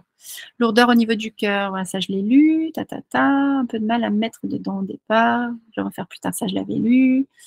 Est-ce que la lignée peut être poursuivie? Ah oui, ça je l'avais lu aussi, j'essaie de dérouler pour j'ai vu un cercle de femmes, les miennes, mes ancêtres, ma future descendance, dont ma fille. Oui, c'est beau ça aussi. Moi, j'ai fait une visualisation une fois de réparation justement avec cet ancêtre qui avait perdu sa petite sœur. Et à la fin, j'étais avec cet ancêtre qui avait perdu sa petite sœur, sa mère qui était dans le deuil et qui était partie avec son deuil. Et on a réparé tout ça, on s'est prises toutes les trois dans les bras. Et à cet instant-là, j'ai senti l'idée d'appeler ma fille. Et ma fille est venue symboliquement se rejoindre. Et on était toutes les quatre dans les bras. C'était magnifique dans cette réparation. Douleur du cœur, difficile à respirer, beaucoup de larmes. Dans ma famille, ça je l'ai lu. Ok. Alors, quand on valide, il ne se passe rien normal dans ton premier lien. Alors, le premier lien, celui Calendly. Ben, normalement, quand on valide, c'est-à-dire quand tu valides le rendez-vous, normalement, après, tu dois recevoir un mail pour dire que ton rendez-vous est réservé. Et moi, je reçois aussi un mail pour me dire que le rendez-vous est réservé. Donc, si tu n'as rien reçu du tout, peut-être dans les spams aussi, vérifier. Le lien est en mars pour la masterclass. Alors, bah, c'est pas grave, c'est parce qu'il y a dû y avoir, il y a plusieurs liens et peut-être que je me suis trompée, mais c'est pas grave parce qu'il est enregistré dans ma base de données, donc tu recevras quand même de toute façon l'invitation pour la masterclass, il n'y a pas de problème. C'est la date seulement qui n'est pas bonne. Tu vas recevoir un courriel sous peu de bienvenue. Ouais, voilà. Faites-vous des formations sur le transgénérationnel en individuel ou en groupe pour les professionnels? Alors, je fais 3 formations. Je fais une formation pour accompagner les cercles de femmes. Je forme aussi les femmes à l'olfactothérapie, donc la thérapie par les huiles essentielles et l'approche intuitive des plantes. Donc ça, c'est très spécifique. Et après, je fais une formation longue sur 6 mois où je forme les femmes pour devenir thérapeutes holistiques. Et dans cette grande formation, je forme en partie, parmi tous les autres outils, au transgénérationnel, bien sûr. J'ai une sensation de douleur dans le cœur, sensation qui est là depuis presque toujours et un picotement dans les mains, comme agréable, comme si c'était une indication que c'est là, et que par là que je devais passer. Oui. Et puis les picotements dans les mains, c'est aussi l'énergie qui recircule du chakra cœur et qui descend jusque dans ta main. Donc ça, c'est intéressant aussi. Je n'ai pas de frères et sœurs dans ma lignée directe. J'ai fait plusieurs fausses couches en ménopause. Comment ma lignée va-t-elle se poursuivre? Eh ben, après, quand on n'a pas d'enfant biologique, il n'y a pas la transmission par l'ADN, mais selon ta vie, je ne sais pas comment est ta vie et ce que tu fais dans ta vie, mais peut-être que dans ton archétype de la mère va pouvoir s'exprimer et explorer les choses par le biais d'autres personnes. Il n'y a pas que la transmission par les gènes, tu peux aussi transmettre des choses d'autres manières à d'autres personnes. Tes talents, tu vois, par exemple, moi, quand je fais des formations, je transmets une partie de mes talents, une partie de ce que je sais faire à d'autres femmes qui ne sont pas forcément de ma famille, mais ça se transmet quand même. Il y a la transmission des gènes et il y a la transmission de l'amour, des émotions et de l'énergie. Donc, on peut être mère de plein de manières, tu sais. Il n'y a pas que celle-là. Le rendez-vous proposé est un soin. Oui, c'est pas grave, c'est parce que c'est l'intitulé dans Calendly, c'est parce que c'est les rendez-vous que les gens prennent, souvent c'est pour des soins, mais vous réservez votre créneau et ce sera le rendez-vous découverte, il n'y a pas de problème. Merci pour l'explication. J'avais les jambes qui tremblaient, des frissons dans les jambes, peut-être l'ancrage, effectivement. Oui, c'est l'énergie qui redescend. Hein. Quand on sent des frissons ou des picotements dans les mains ou dans les pieds, souvent, c'est que l'énergie recircule à un moment donné. Et comme on n'a pas forcément l'habitude de cette énergie-là ou de cette puissance-là, ça fait des drôles de sensations. Des douleurs au dos avec beaucoup de force, d'amour et de puissance. Un câlin en cercle. C'est beau, ça. Quand on s'est connecté aux femmes de notre lignée, ce sont uniquement du côté de notre mère, grand-mère maternelle ou également paternelle. C'est ce que je disais tout à l'heure, effectivement, au début. Il peut y avoir les deux. Moi, j'ai travaillé des deux côtés de l'arbre et j'ai travaillé des choses très puissantes. J'étais très reliée à une arrière-grand-mère du côté de mon père. Il y avait des répétitions dans ma vie de son histoire à elle, très, très puissantes. Et du coup, voilà, j'ai dû travailler beaucoup de choses avec elle. Et c'était pourtant la lignée de mon père. Je ressens un pardon des hommes. Oui, ça peut amener ça aussi. Les femmes de ma lignée sont soit féminines minces, mais malheureuses en amour, soit elles sont mariées, mères, mais plus femmes et féminines, comme si elles étaient oubliées. Elles avaient oublié. Comme si elles étaient oubliées. Comment casser le cercle? Eh ben, en fait, c'est ça qu'il faut faire, c'est que celles qui étaient malheureuses en amour, il faut aller les rechercher et travailler à libérer la mémoire douloureuse d'avoir toujours été. Parce que tu vois, avec une histoire comme ça, il y a beaucoup de femmes qui ont des problèmes pour avoir un couple qui va bien. Parce que comme dans la lignée, toutes les femmes ont été malheureuses en amour, si moi je m'autorise à être pleinement épanouie dans l'amour, c'est comme si je les trahissais quelque part. C'est inconscient, bien sûr. Hein.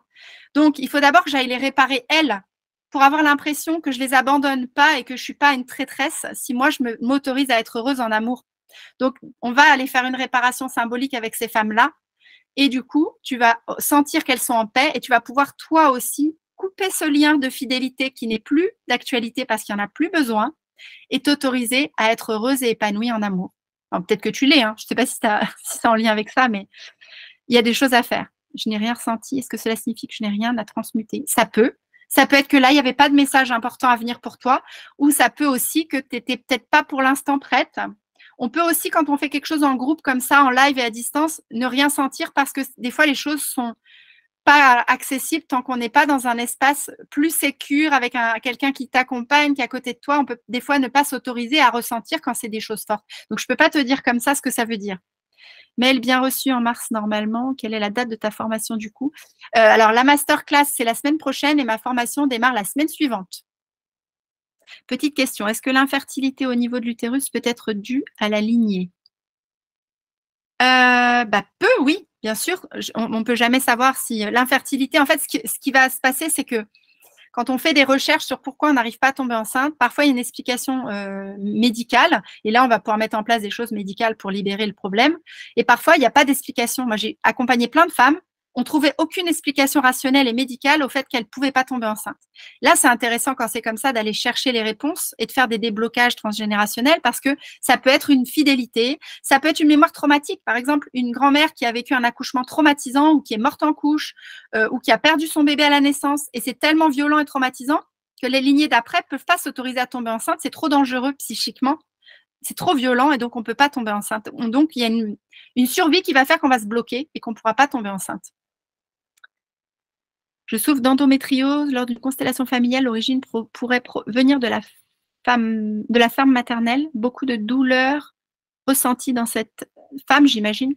ah non, la ferme, où ont vécu grands-parents et arrière-grands-parents. Je ne sais pas comment faire le lien entre la maison et les ancêtres. Géobiologue, cercle de femmes, constellation.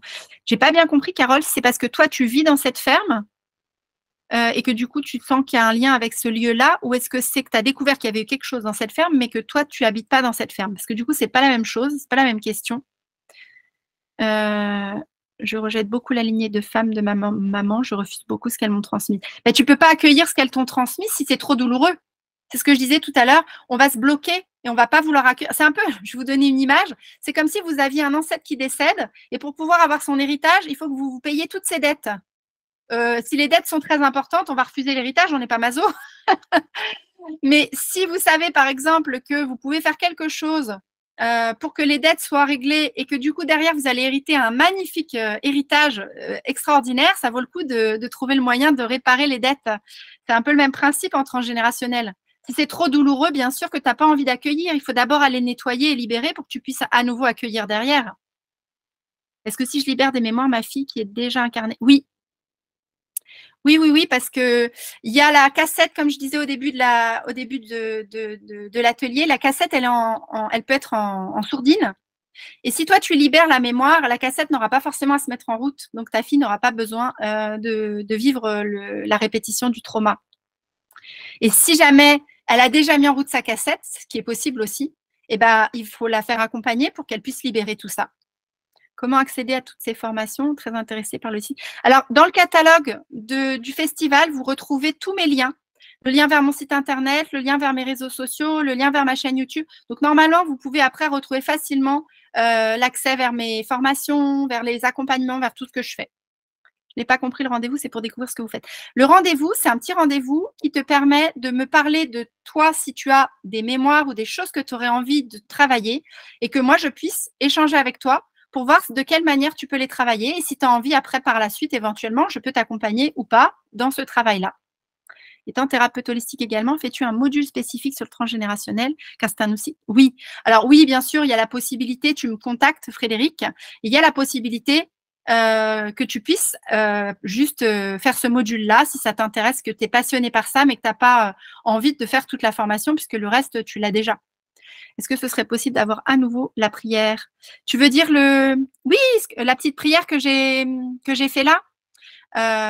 Comment je pourrais vous la transmettre? Je suis en train de réfléchir. Eh bien, si tu as envie d'avoir la prière, tu m'envoies un petit mail, parce que dans mes réseaux, tu vas trouver mon adresse mail. Ben, je vais vous la mettre d'ailleurs, tiens.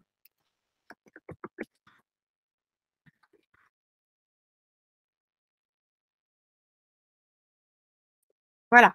Tu m'envoies un mail et moi, je t'enverrai la prière. Quelle est la date et heure de la masterclass? Donc, c'est… non, du coup, c'est pas la bonne date, vu que je vous ai mis j'ai dû me tromper de lien. Donc, la bonne date, c'est jeudi 19 octobre à 20h30. Est-ce qu'il faut aller ou prendre le rendez-vous découverte? Je n'ai pas compris. Où est-ce qu'il faut aller? Le lien Calendly que j'ai mis tout à l'heure plus haut dans le chat, Élise. J'ai mis un lien Calendly, c'est mon agenda et vous pouvez aller réserver un petit créneau sur l'agenda. Et les hommes dans tout ça, puisque nous partageons aussi nos gènes. Oui, bah oui, on ne peut pas tout dire en une fois, évidemment. Là, je n'avais pas le temps d'aller du côté des hommes, mais on peut aussi porter une mémoire masculine. Dans l'exemple que je vous ai donné de la petite fille qui avait peur de toucher le sexe des autres autour d'elle parce qu'elle avait un grand-père incestueux, on voit bien qu'on peut aussi récupérer la mémoire d'un grand-père. Alors, elle, dans le cas de la petite fille, elles étaient 2 filles dans sa fratrie, il n'y avait pas de garçon. Donc, c'est elle qui a récupéré cette mémoire. Pour quelle raison? On aurait pu creuser, on aurait certainement trouvé, mais moi, je n'ai pas creusé plus que ça, il n'y a pas eu besoin de chercher. Est-ce que je sais que je porte des traumas de certains hommes de ma lignée? Mais tu peux les réparer de la même manière, en fait. Hein. Il y a des réparations magnifiques à faire symboliquement avec les hommes de ta lignée. Et ça va certainement libérer des choses aussi pour toi dans ta relation à ton masculin à l'intérieur de toi et aux hommes à l'extérieur de toi. Quelle heure est-il? Je regarde quand même. Ça va. Je ne veux pas grignoter le temps des autres. Je n'arrive pas à aller sur le site internet. Est-ce normal? Je voulais voir les prochains week-ends de cercle. Alors, quand tu dis site internet, est-ce que c'est un des liens que j'ai mis ou c'est le site internet qui est sur le catalogue? Parce que le lien que je vous ai mis pour les week-ends de retraite féminine, normalement, quand tu cliques dessus, tu arrives et tu vois toutes les retraites qui sont possibles avec les dates. Oui, oui, oui, pour la masterclass, c'est le 19 mars parce que je me suis trompée de lien. Mais vous inquiétez pas, de toute façon, si vous vous inscrivez, je le vois apparaître et vous recevrez quand même le lien Zoom pour faire la masterclass. Peut-on prendre un créneau pour un rendez-vous au-delà du cadeau que vous proposez? Mais bien sûr, oui, oui. Tu bloques ton rendez-vous et tu peux faire un rendez-vous. Il y a le petit rendez-vous découverte, mais il y a aussi la possibilité de prendre des rendez-vous de soins. Je suis née le même jour et le même mois en 1986 et mon arrière-grand-père en 1886. C'est étonnant. Et oui, quand on commence à regarder les dates de notre arbre généalogique, on trouve des choses passionnantes. Il est mort dans un puits et j'ai toujours trouvé un vertige en les regardant. Je me sens proche de ce lien, mais je n'arrive pas à voir cette personne. J'ai l'impression que c'est peut-être moi. Ah bah, puis quand tu regardes dans un puits, en plus, il y a un symbole, hein. Quand on regarde dans le puits, on a le reflet de soi aussi. Donc, il y a certainement quelque chose de symbolique et d'intéressant à creuser là, Maëlys. Mes grands-parents maternels m'ont élevée dans ma petite enfance dans cette ferme. Ah, c'est ça, d'accord. Tu me donnes la réponse, Carole.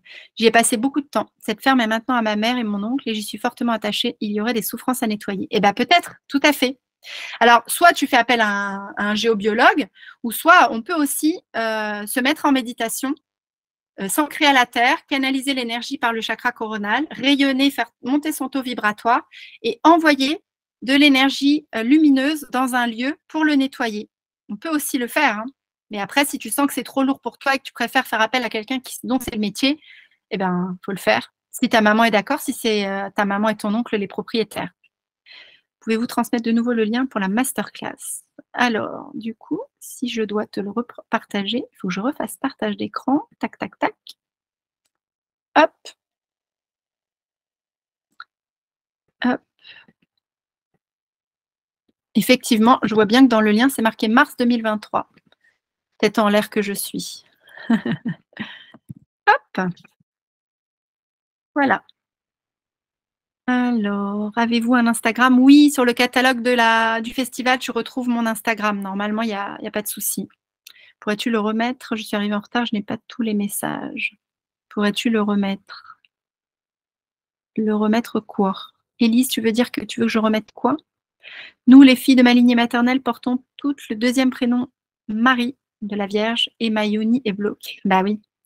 Bah oui, parce que certainement que inconsciemment, dans les croyances familiales, il y a quelque chose qui doit être pur, qui ne doit pas peut-être être profané. Enfin, je ne sais pas quelle est la raison, mais effectivement, on t'a donné le prénom de la Vierge, on t'a pas donné Marie-Madeleine, qui elle était dans sa sexualité épanouie. On t'a donné le nom de Marie, qui elle était censée ne jamais avoir fait l'amour et avoir un enfant par l'opération du Saint-Esprit. Donc forcément, au niveau de la sexualité, ça doit avoir un impact. Je suis née à l'hôpital où l'oncle de mon père était hospitalisé. Il est mort le même jour, à quelques minutes ou heures de ma naissance, dans le même hôpital. Waouh, ça c'est puissant aussi, hein.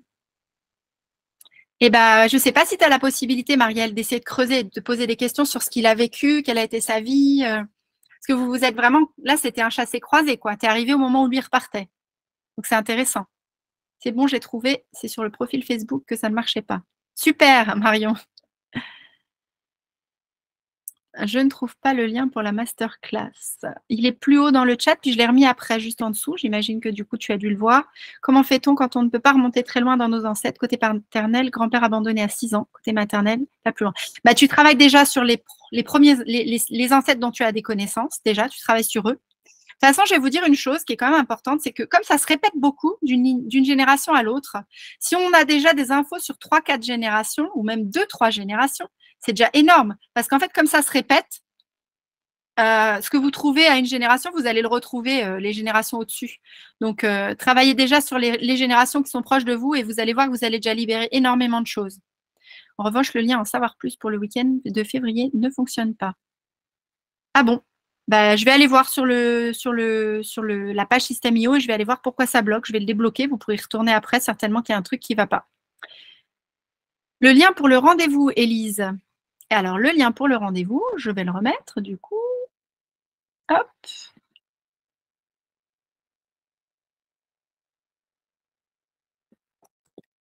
Hop. Voilà. Je l'ai remis. Est-ce qu'il est possible de revoir l'image du mandala transgénérationnel? Ça m'a beaucoup parlé, bien sûr. Ça tombe bien, je suis revenue en partage d'écran. Je peux te le remettre sans problème. Alors, il est là. Ouais. Bon, moi, je l'adore. Il est affiché dans mon cabinet tellement je le trouve Je vais te le remettre en grand. Tellement je le trouve parlant, ce mandala. J'ai déjà fait des publications aussi sur les réseaux sociaux où je le partageais, tellement je le trouve beau. Ça m'a parlé, j'aimerais le redessiner rapidement. Bah, tu sais, sinon, c'est simple, hein, Clélia. Tu m'envoies un mail et moi, je t'enverrai la photo si ça te fait plaisir. Tu pourras l'imprimer. J'ai reçu un mail automatique pour la masterclass. C'est indiqué le 13 mars. Quelle est la bonne date et l'heure? Oui, je suis désolée. Hein, j'ai fait une erreur de lien. Donc, c'est bien le 19 octobre à 20h30. Mais vous allez recevoir, je vais vous renvoyer un email avec le lien Zoom et vous aurez vraiment les dates et tout ce qui va bien. Ma fille Charlotte s'appelle aussi Marie, du coup. Que puis-je faire pour l'aider, lever ce blocage possible pour son avenir? Bien sûr. Oui, bah si tu lèves ton blocage à toi, Fanny, tu vas débloquer ta fille par la même occasion, en fait. Si tu vas travailler sur les lignées de Marie et que tu les libères de ce qu'on a posé sur elle comme injonction inconsciente, tu vas débloquer ta fille aussi. Je porte les prénoms des amis de mes parents et Marie en 2, 3 et 4e prénom. Je suppose que cela a un impact aussi sur ma vie. Parle-t-on de lignée? Merci pour ta réponse. Bah, ça dépend. S'il y a d'autres maris au-dessus de toi, c'est en lien avec la lignée. S'il n'y a pas d'autres maris au-dessus de toi, ce prénom Marie n'est pas relié à quelqu'un qui s'appelle comme toi, mais probablement qu'il y avait quelque chose dans la lignée qui a fait que tes parents ont eu envie de mettre autant ce prénom Marie. Donc, ça reste quand même à creuser, je pense, Hélène. Merci beaucoup pour cette conférence. À bientôt. Merci à toi d'être venue, Elodie. Je suis née le 12 août, la nuit des étoiles filantes, la 12e naissance et la seule femme. Est-ce que peut-être lié à un événement cosmique ou un impact? Ah bah potentiellement, effectivement. Ça c'est puis en plus 12, 12, 12. Le 12, ça fait 3 en numérologie. Bon, c'est quelque chose autour de la communication, du lien. Il y a certainement quelque chose que tu as à faire avec le 3 dans cette incarnation-là. C'est redondant comme ça. Effectivement, ça paraît assez extraordinaire comme naissance, dis-moi.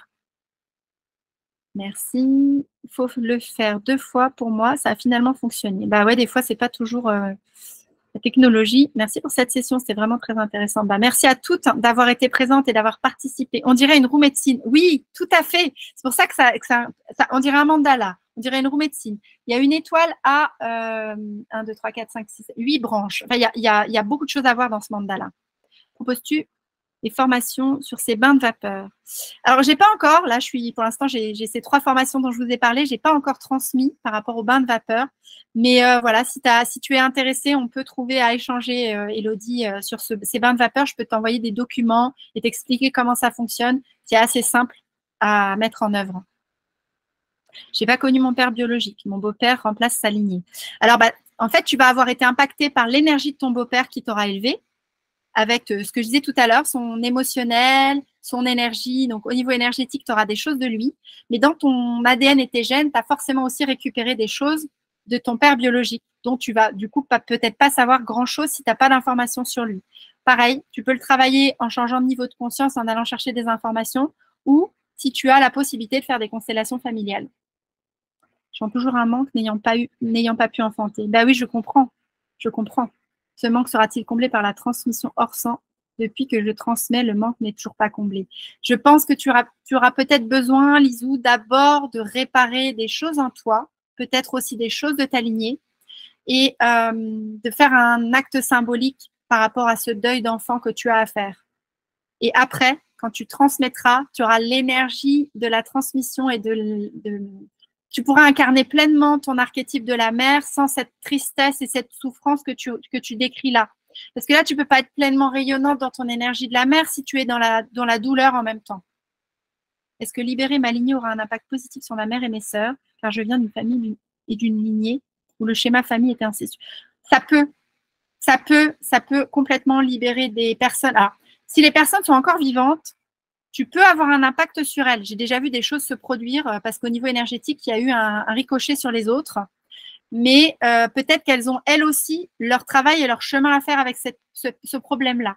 Ça dépend si toi, tu es dans la lignée, l'enfant désigné pour faire cette réparation pour la lignée familiale.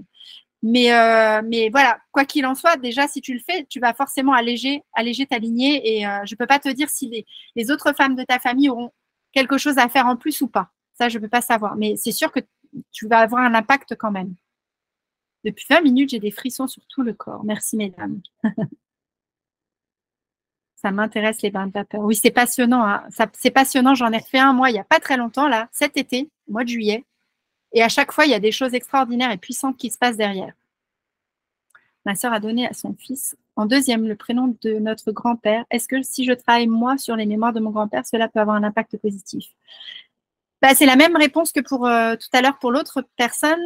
Tu vas forcément libérer des choses. Maintenant, est-ce que tu libéreras complètement le fils de ta sœur? Je ne sais pas, parce que ça veut dire que s'il porte le prénom, c'est lui qui a été désigné certainement pour faire certaines choses vis-à-vis de ce grand-père. Donc, tu peux l'aider, tu peux alléger les choses, mais je ne suis pas sûre que tu libères tout si lui, il a besoin peut-être de faire quelque chose lui aussi de son côté. Merci beaucoup. La communication, 3, oui, et la balance masculin, 1 et 2, tout à fait. Je dois aider à réparer les manques de communication dans la famille et peut-être faire du lien entre les hommes et les femmes, effectivement. Ouais, c'est tout à fait possible. Magnifique.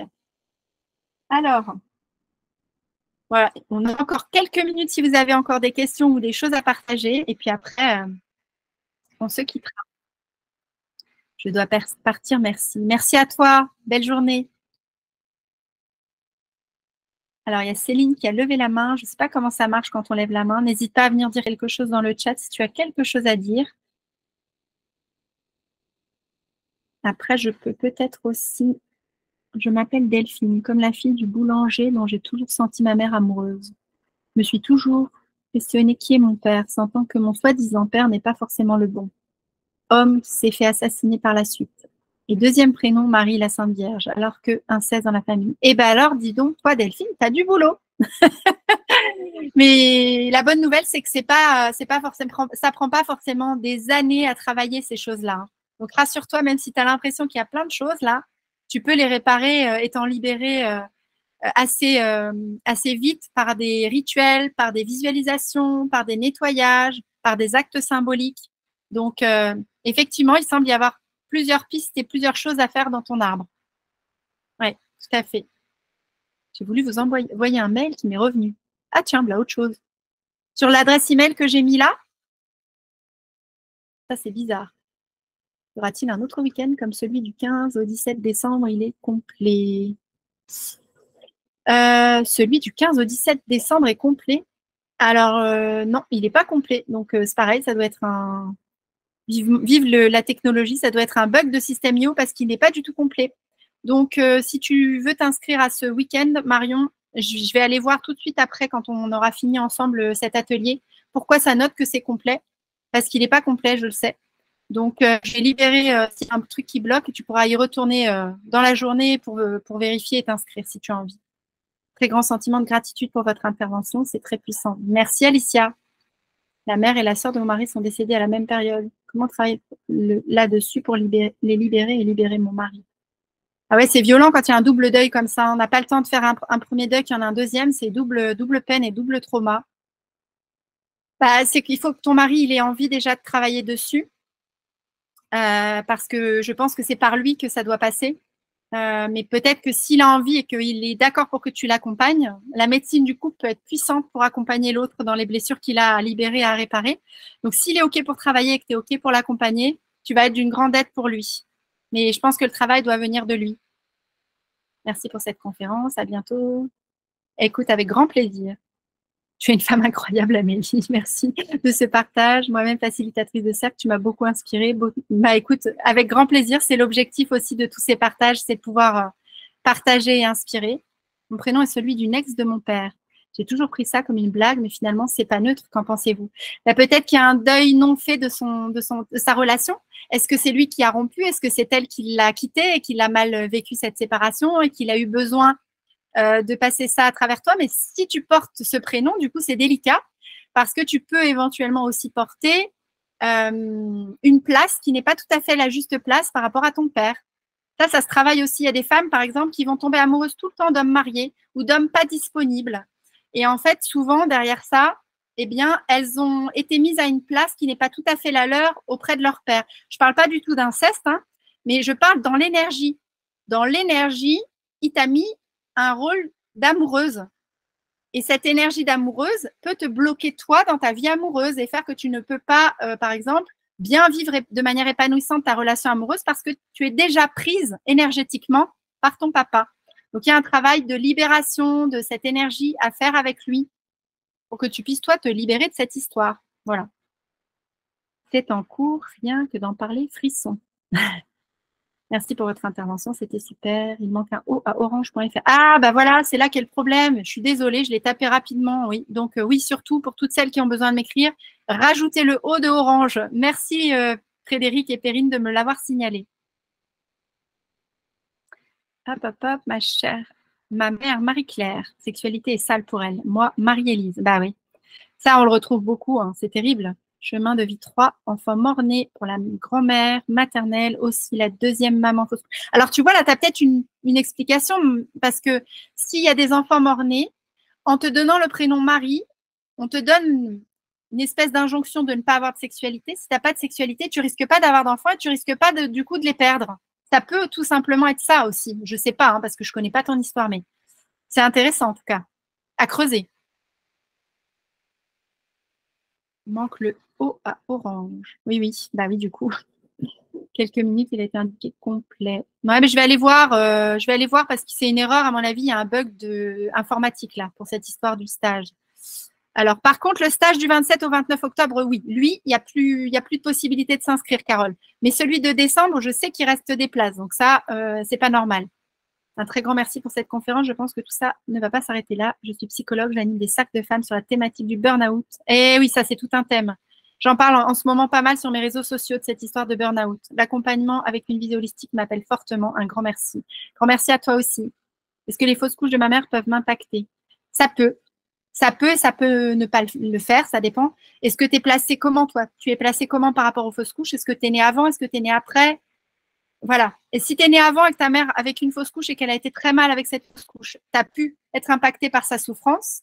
Si tu es né après les fausses couches et que cette fausse couche a laissé une tristesse et une énergie douloureuse dans cet utérus et que tu as débarqué juste derrière, bah, tu as pu capter ces énergies de douleur et de souffrance et de tristesse. Donc, ça peut t'impacter, mais ça dépend vraiment de plein de choses. À ma connaissance, on doit être une dixième femme. On doit être une dixième de femmes dans l'arbre généalogique à porter ce prénom Marie. Ah oui, dis donc, il y en a peut-être plus encore. Peut-être comme si l'univers demandait aux nouvelles filles de travailler, de libérer au niveau de la yoni. Après, Marie, c'est pas que le blocage sexuel non plus, hein. Elle porte aussi des énergies magnifiques, hein. On ne peut pas la réduire qu'à ça. Mais si toi, tu sais qu'il y a des blocages, évidemment qu'il y a sûrement quelque chose à faire. Il y a des femmes de notre lignée Marie qui ont perdu des bébés mort-nés. Il faut que cela cesse. Ben oui, il y a beaucoup de choses à réparer. Toutes nos ancêtres, elles vivaient leur trauma, elles encaissaient, c'était marche ou crève, elles n'avaient rien pour les aider à se libérer de tout ça. Donc c'est vrai que c'est important, c'est à nous, si on en a le courage et l'envie, de le faire et c'est magnifique comme travail. Merci beaucoup, la généalogie est tellement intéressante. Avec ma mère, on a observé beaucoup de choses. Ben oui. Je crois que j'ai le même problème dans ma lignée car je m'attache principalement à des hommes non disponibles et pas forcément mariés, mais libres. En fait, c'est ça que je vous disais au début de l'atelier. Hein. On est comme des marionnettes qui sont un peu téléguidées par les blessures et les mémoires de nos ancêtres. Et tant qu'on ne les a pas libérées, qu'on ne peut pas couper tous les fils, bah, on a des blocages et des choses qui nous poursuivent dans notre vie. C'est ça, c'est terrible. Je suis doula, ça m'a beaucoup parlé des projets en tête. Super. Mon conjoint cauchemarde souvent de situations difficiles, tombe dans un puits sans fond, se trouve sur un toit nu, sans échelle pour descendre. Ah bah les rêves sont passionnants, Valérie. Et moi, je fais du décodage de rêves et je le fais pas avec des symboliques traditionnelles qu'on trouve dans des dictionnaires de rêves. Je les fais en décortiquant chaque symbole du rêve avec la personne qui est arrivée. Et derrière chaque symbole, on comprend tout le sens du rêve après. C'est comme si c'était un message codé et qu'il faut trouver comment décoder le message dans les rêves. Et souvent, si vous voyez apparaître des personnes dans vos rêves, c'est des parties de vous qui apparaissent sous forme de ces personnes. Donc, c'est intéressant de vous dire pourquoi cette personne apparaît dans mon rêve, qu'est-ce qu'elle représente pour moi. Et là, vous aurez une piste pour décoder votre rêve. Peut-être pas de bug, simplement plein de femmes inspirées qui sont inscrites à son stage. Je doute que ce se soit rempli comme ça quand même en quelques secondes. Bon, c'est vrai que c'est des petits groupes. Hein. J'accueille 10 personnes maximum parce que j'ai pas plus de capacité d'accueil chez moi. Mais je pense pas quand même que tout le monde se soit jeté à ce point-là et qu'il n'y ait plus de place. Je vais quand même aller vérifier. Son frère a les mêmes cauchemars, tu peux les aider. Bien sûr qu'on peut les aider si on trouve où vient l'origine du problème, surtout si tous les deux font le même cauchemar. Il y a forcément quelque chose à comprendre de ce qui s'est passé au-dessus. Je viens de la masterclass, j'ai reçu 4 fois, mais pas la bonne date. Mais je sais que tu vas régler ça, donc pas de souci. Oui, je vais aller régler ça. Après la fausse couche, je suis la numéro 4. Ah bah oui, tu m'étonnes. Ouais, donc t'imagines, si ta maman a rien travaillé du tout, toi, tu es arrivé dans un utérus avec 4 fois la mort. 4 fois la tristesse, 4 fois les angoisses à l'idée de perdre des enfants. Et toi, tu as vécu là-dedans. Tu m'étonnes que ton appareil à toi soit en endométriose. À mon avis, il y a des choses à libérer, tout ça. Tout le monde s'appelait Marie, hommes et femmes. Et oui, parce qu'il y a des Jean-Marie, il y a des… Oui, oui, oui, les hommes aussi peuvent porter le prénom Marie. Quand je pense à mes grands-parents, je mets souvent à pleurer avec une grande tristesse. Pourtant, je ne les ai pratiquement pas connus. Ils sont morts maintenant.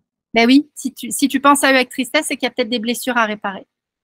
Ma mère fait partie d'une fratrie de 8 enfants, dont un seul homme, et aucune de mes tantes n'a vécu heureuse longtemps. Je suis née le 8 décembre, Immaculée Conception. Je pense faire partie de celle qui viendra libérer. Et oui, alors il faut savoir que quand même, il y a aussi souvent dans les fratries un enfant qui est l'âme qui s'est incarnée dans cette lignée avec beaucoup de souffrances, beaucoup de choses douloureuses, et qui s'est en fait dévoué quelque part pour venir mettre de la lumière dans tout cet arbre généalogique. Donc, si vous sentez l'appel, bah, allez-y, c'est que c'est vous, et allez-y. De mon côté, c'est drôle parce que ma mère voulait m'appeler Barbara, et au dernier moment, après l'accouchement, elle m'a appelée Estelle, et j'aime beaucoup ce prénom. J'ai toujours pensé que je lui avais soufflé avant d'arriver. Tout à fait, puis Estelle, c'est l'étoile. Étoile. Et puis alors, intéressant aussi, les prénoms qui nous invitent à regarder vers le ciel, ça a aussi toute une symbolique. Il peut y avoir un décès ou un deuil qui n'a pas été résolu ou réglé, et on invite par le prénom de cet enfant à ce que tout le monde soit obligé de retourner le regard et de regarder vers le ciel. Ça, c'est pareil, c'est dans les décodages des prénoms. On trouve aussi beaucoup de choses intéressantes. Donc, ça peut être plein de choses, Estelle. Ça peut être que tu es la petite étoile de la lignée qui va venir remettre de la lumière dans cet arbre. Ça peut être que peut-être dans ta lignée, il y a quelque chose à regarder qui oblige tout le monde à regarder vers les étoiles. À voir. Mais en tout cas, c'est intéressant. Ma mère m'a récemment avoué avoir avorté avant moi lors du début de la relation avec mon père. Et oui, puis ça dépend comment elle va avoir vécu cet avortement. Et puis, bah, selon comment ça a été vécu, comment toi, en arrivant dans cet utérus, tu as été accueillie. Est-ce qu'il y avait encore de la tristesse ou pas? Enfin, voilà. Ah ben, je suis l'aînée et je porte le poids de toute la lignée, je crois. Ah. Marion, tu t'es décidée en arrivant à tout prendre pour laisser la place aux autres. C'est sympa, tu t'es dévouée. Je suis cet enfant aussi, le libérateur. C'est intéressant, mais lourd de responsabilité parfois. Et oui, sachez que si vous avez pris cette décision en tant qu'âme, c'est que vous avez la capacité et la puissance de tout libérer, mais c'est des fois très lourd et très douloureux. Je le sais parce que je nettoie, je libère beaucoup de choses dans ma lignée, et donc je retravaille régulièrement et je replonge dans mes profondeurs, et c'est très douloureux. Mais qu'est-ce que c'est beau quand ça se nettoie après derrière. Je devais m'appeler Charlotte, mais ma grand-mère a imposé Sophie, car c'était le prénom de sa grand-mère. Et oui, ça veut dire que pour ta grand-mère, il devait y avoir quelque chose d'hyper important que tu as besoin d'aller réparer pour sa mère, pour sa grand-mère. On m'avait dit d'aller voir aussi dans l'histoire, par exemple, Hélène de Troie. Oui, tu peux avoir des symboliques aussi, comme Marie. Ce qu'on disait tout à l'heure, Marie, c'est une symbolique universelle pour tout le monde. Donc, Hélène de Troie, tu peux aussi aller voir ce qui s'est passé, effectivement. Tout à fait. Et en fait, il n'y a pas de vérité absolue. Ce qu'il faut que vous reteniez, c'est que si ça vous parle et que ça vibre en vous, c'est qu'il y a quelque chose à aller creuser. Si ça ne vous parle pas du tout, que ça vous passe au-dessus, c'est que c'est peut-être pas ça, en fait. On a découvert que maman s'appelle Marie lors de son décès. Elle se faisait appeler Marie-Louise, mais Louise était son deuxième prénom. Ah, elle ne voulait pas qu'il y ait que Marie. Elle a eu besoin de rajouter Louise. C'est intéressant. Il faut aller voir au niveau du décodage du prénom Louise, qu'est-ce que ça lui a rajouté ou en quoi ça a pu l'aider dans les caractéristiques. C'est intéressant. Au niveau problème de santé, peut-être que Louise l'a aidé à avoir une vie sexuelle malgré le prénom Marie qu'on lui avait collé. Au niveau problème de santé aussi, j'ai tout pris. Bah oui, mais c'est pareil, si tu transmutes des choses, tu peux te libérer de certains problèmes de santé aussi.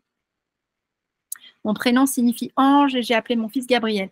Pour la petite histoire, les problèmes de santé, moi, je me suis récolté une hypothyroïdie qui venait de mon arrière-grand-mère paternelle. Et comme j'ai su qu'elle avait eu une hypothyroïdie et qu'elle a fini sa vie, parce qu'à l'époque, on ne soignait pas, elle a fini sa vie en devenant presque folle et elle a fini en psychiatrie. Et j'ai découvert ça et moi, j'ai commencé ma carrière de psy en psychiatrie. Et j'ai démarré à peu près à la même époque une hypothyroïdie. Donc, vous voyez, c'est assez fou, hein, les parallèles et les choses qui reviennent. Et du coup, j'ai travaillé et libéré des choses de cet ancêtre. Et à l'heure d'aujourd'hui, j'ai toujours mon petit goitre qui est là, parce que ça n'a pas dégonflé, mais je ne prends plus aucun traitement et j'arrive à m'équilibrer naturellement sans aucun traitement médical. Donc, c'est pour te dire que même des choses où on te dit « Ah, mais quand tu as une hypothyroïdie, c'est pour toute la vie. » Ça, c'est un truc médical. Tu vas prendre un traitement toute la vie. Ta thyroïde, elle ne refonctionnera jamais. Et ben, moi, je dis, on ne peut jamais dire jamais. C'est beau quand ça se nettoie. Merci pour vos mots. 5e n'était pas attendu avec amour, car trop peur de la mort, plus 3e césarienne. Bah oui, forcément.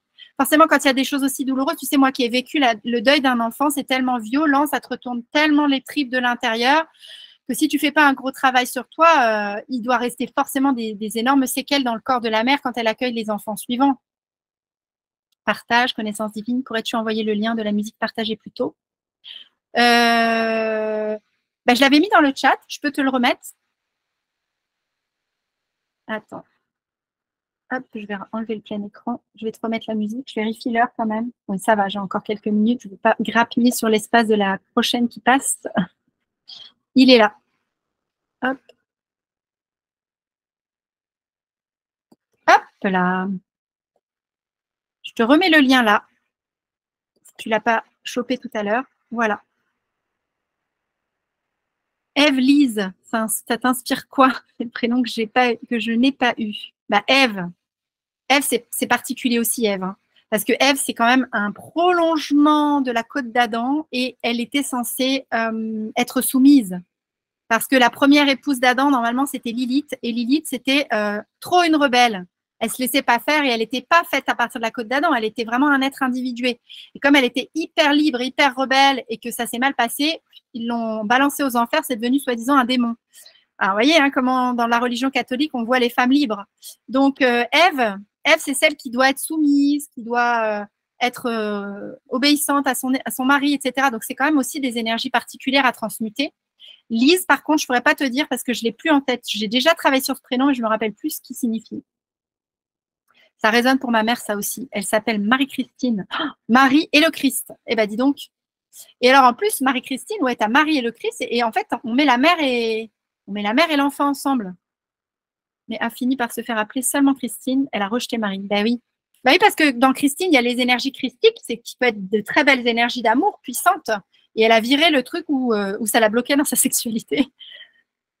Je m'appelle Cassandra, mais j'ai toujours eu envie de l'écrire avec un E à la fin et non un A, alors que dans la mythologie, la déesse Cassandre, on lui a jeté un sort pour que personne ne croie en ses mots. Et aujourd'hui, j'ai toujours la sensation de devoir me justifier pour qu'on me croie. C'est peut-être lié. Tout à fait, mais tu peux faire un nettoyage et une transmutation. Alors, moi, je vous ai parlé de la lignée, c'était le thème d'aujourd'hui. On ne peut pas tout aborder, mais on peut aussi se libérer des blocages et injonctions sociétales et archétypales et des égrégores. Donc, les symboles de prénoms dont la vibration, elle est plus large et plus sociétale, tu peux aussi faire quelque chose pour t'en libérer par des actes symboliques. Et pourquoi pas enlever le A et mettre enlever le A et mettre un E si tu le sens. Ce serait intéressant de vérifier en numérologie. Si tu enlèves le A que tu mets le E, qu'est-ce que ça change? Tiens, faire le calcul pour voir. Comment tu peux savoir tout ça? Moi, je ne connais pas ma famille. Personne n'a rien dit autour de moi. Moi, j'ai une grande chance, Estelle, c'est que une chance, c'est une chance et pas une chance. Ma mère m'a tout raconté de son histoire de vie parce qu'elle avait eu des gros traumatismes et elle se confiait à moi alors que j'étais enfant. C'est ce qui a fait que je suis devenue thérapeute d'ailleurs. J'ai dû travailler pour transmuter toutes les angoisses qu'elle m'avait balancées enfant. Mais en tout cas, je connais par cœur toute l'histoire familiale du côté de ma mère. Malgré tout, j'ai quand même découvert un tabou qui n'avait pas été dit. Donc, tu vois, ça peut aussi… Et du côté de mon père, il y a une ancêtre qui a fait un arbre généalogique qui remonte en 1400. Donc, si vous imaginez la mine d'informations que j'ai là-dedans, mais ça ne sert à rien. Parce que si vous êtes sur 3-4 générations, ça suffit largement. Donc, et si tu n'as personne pour t'indiquer les informations, il faut aller les chercher de manière énergétique et subtile. Je ne vais pas pouvoir continuer les filles parce qu'on arrive à moins 20, moins le quart et il va falloir que je termine et que je ferme le chat là, et l'atelier pour que la personne suivante puisse démarrer. Mais voilà, il y a encore plein de partages passionnants. Je suis désolée pour les dernières, mais là c'est l'heure et je ne veux pas grappiller du temps sur la femme qui va suivre. Je vous remercie énormément pour ces moments de partage. C'était très chouette, très rayonnant pour moi de partager tout ça avec vous. Et je vous dis peut-être à bientôt dans d'autres lieux, dans d'autres espaces. Belle journée à toutes.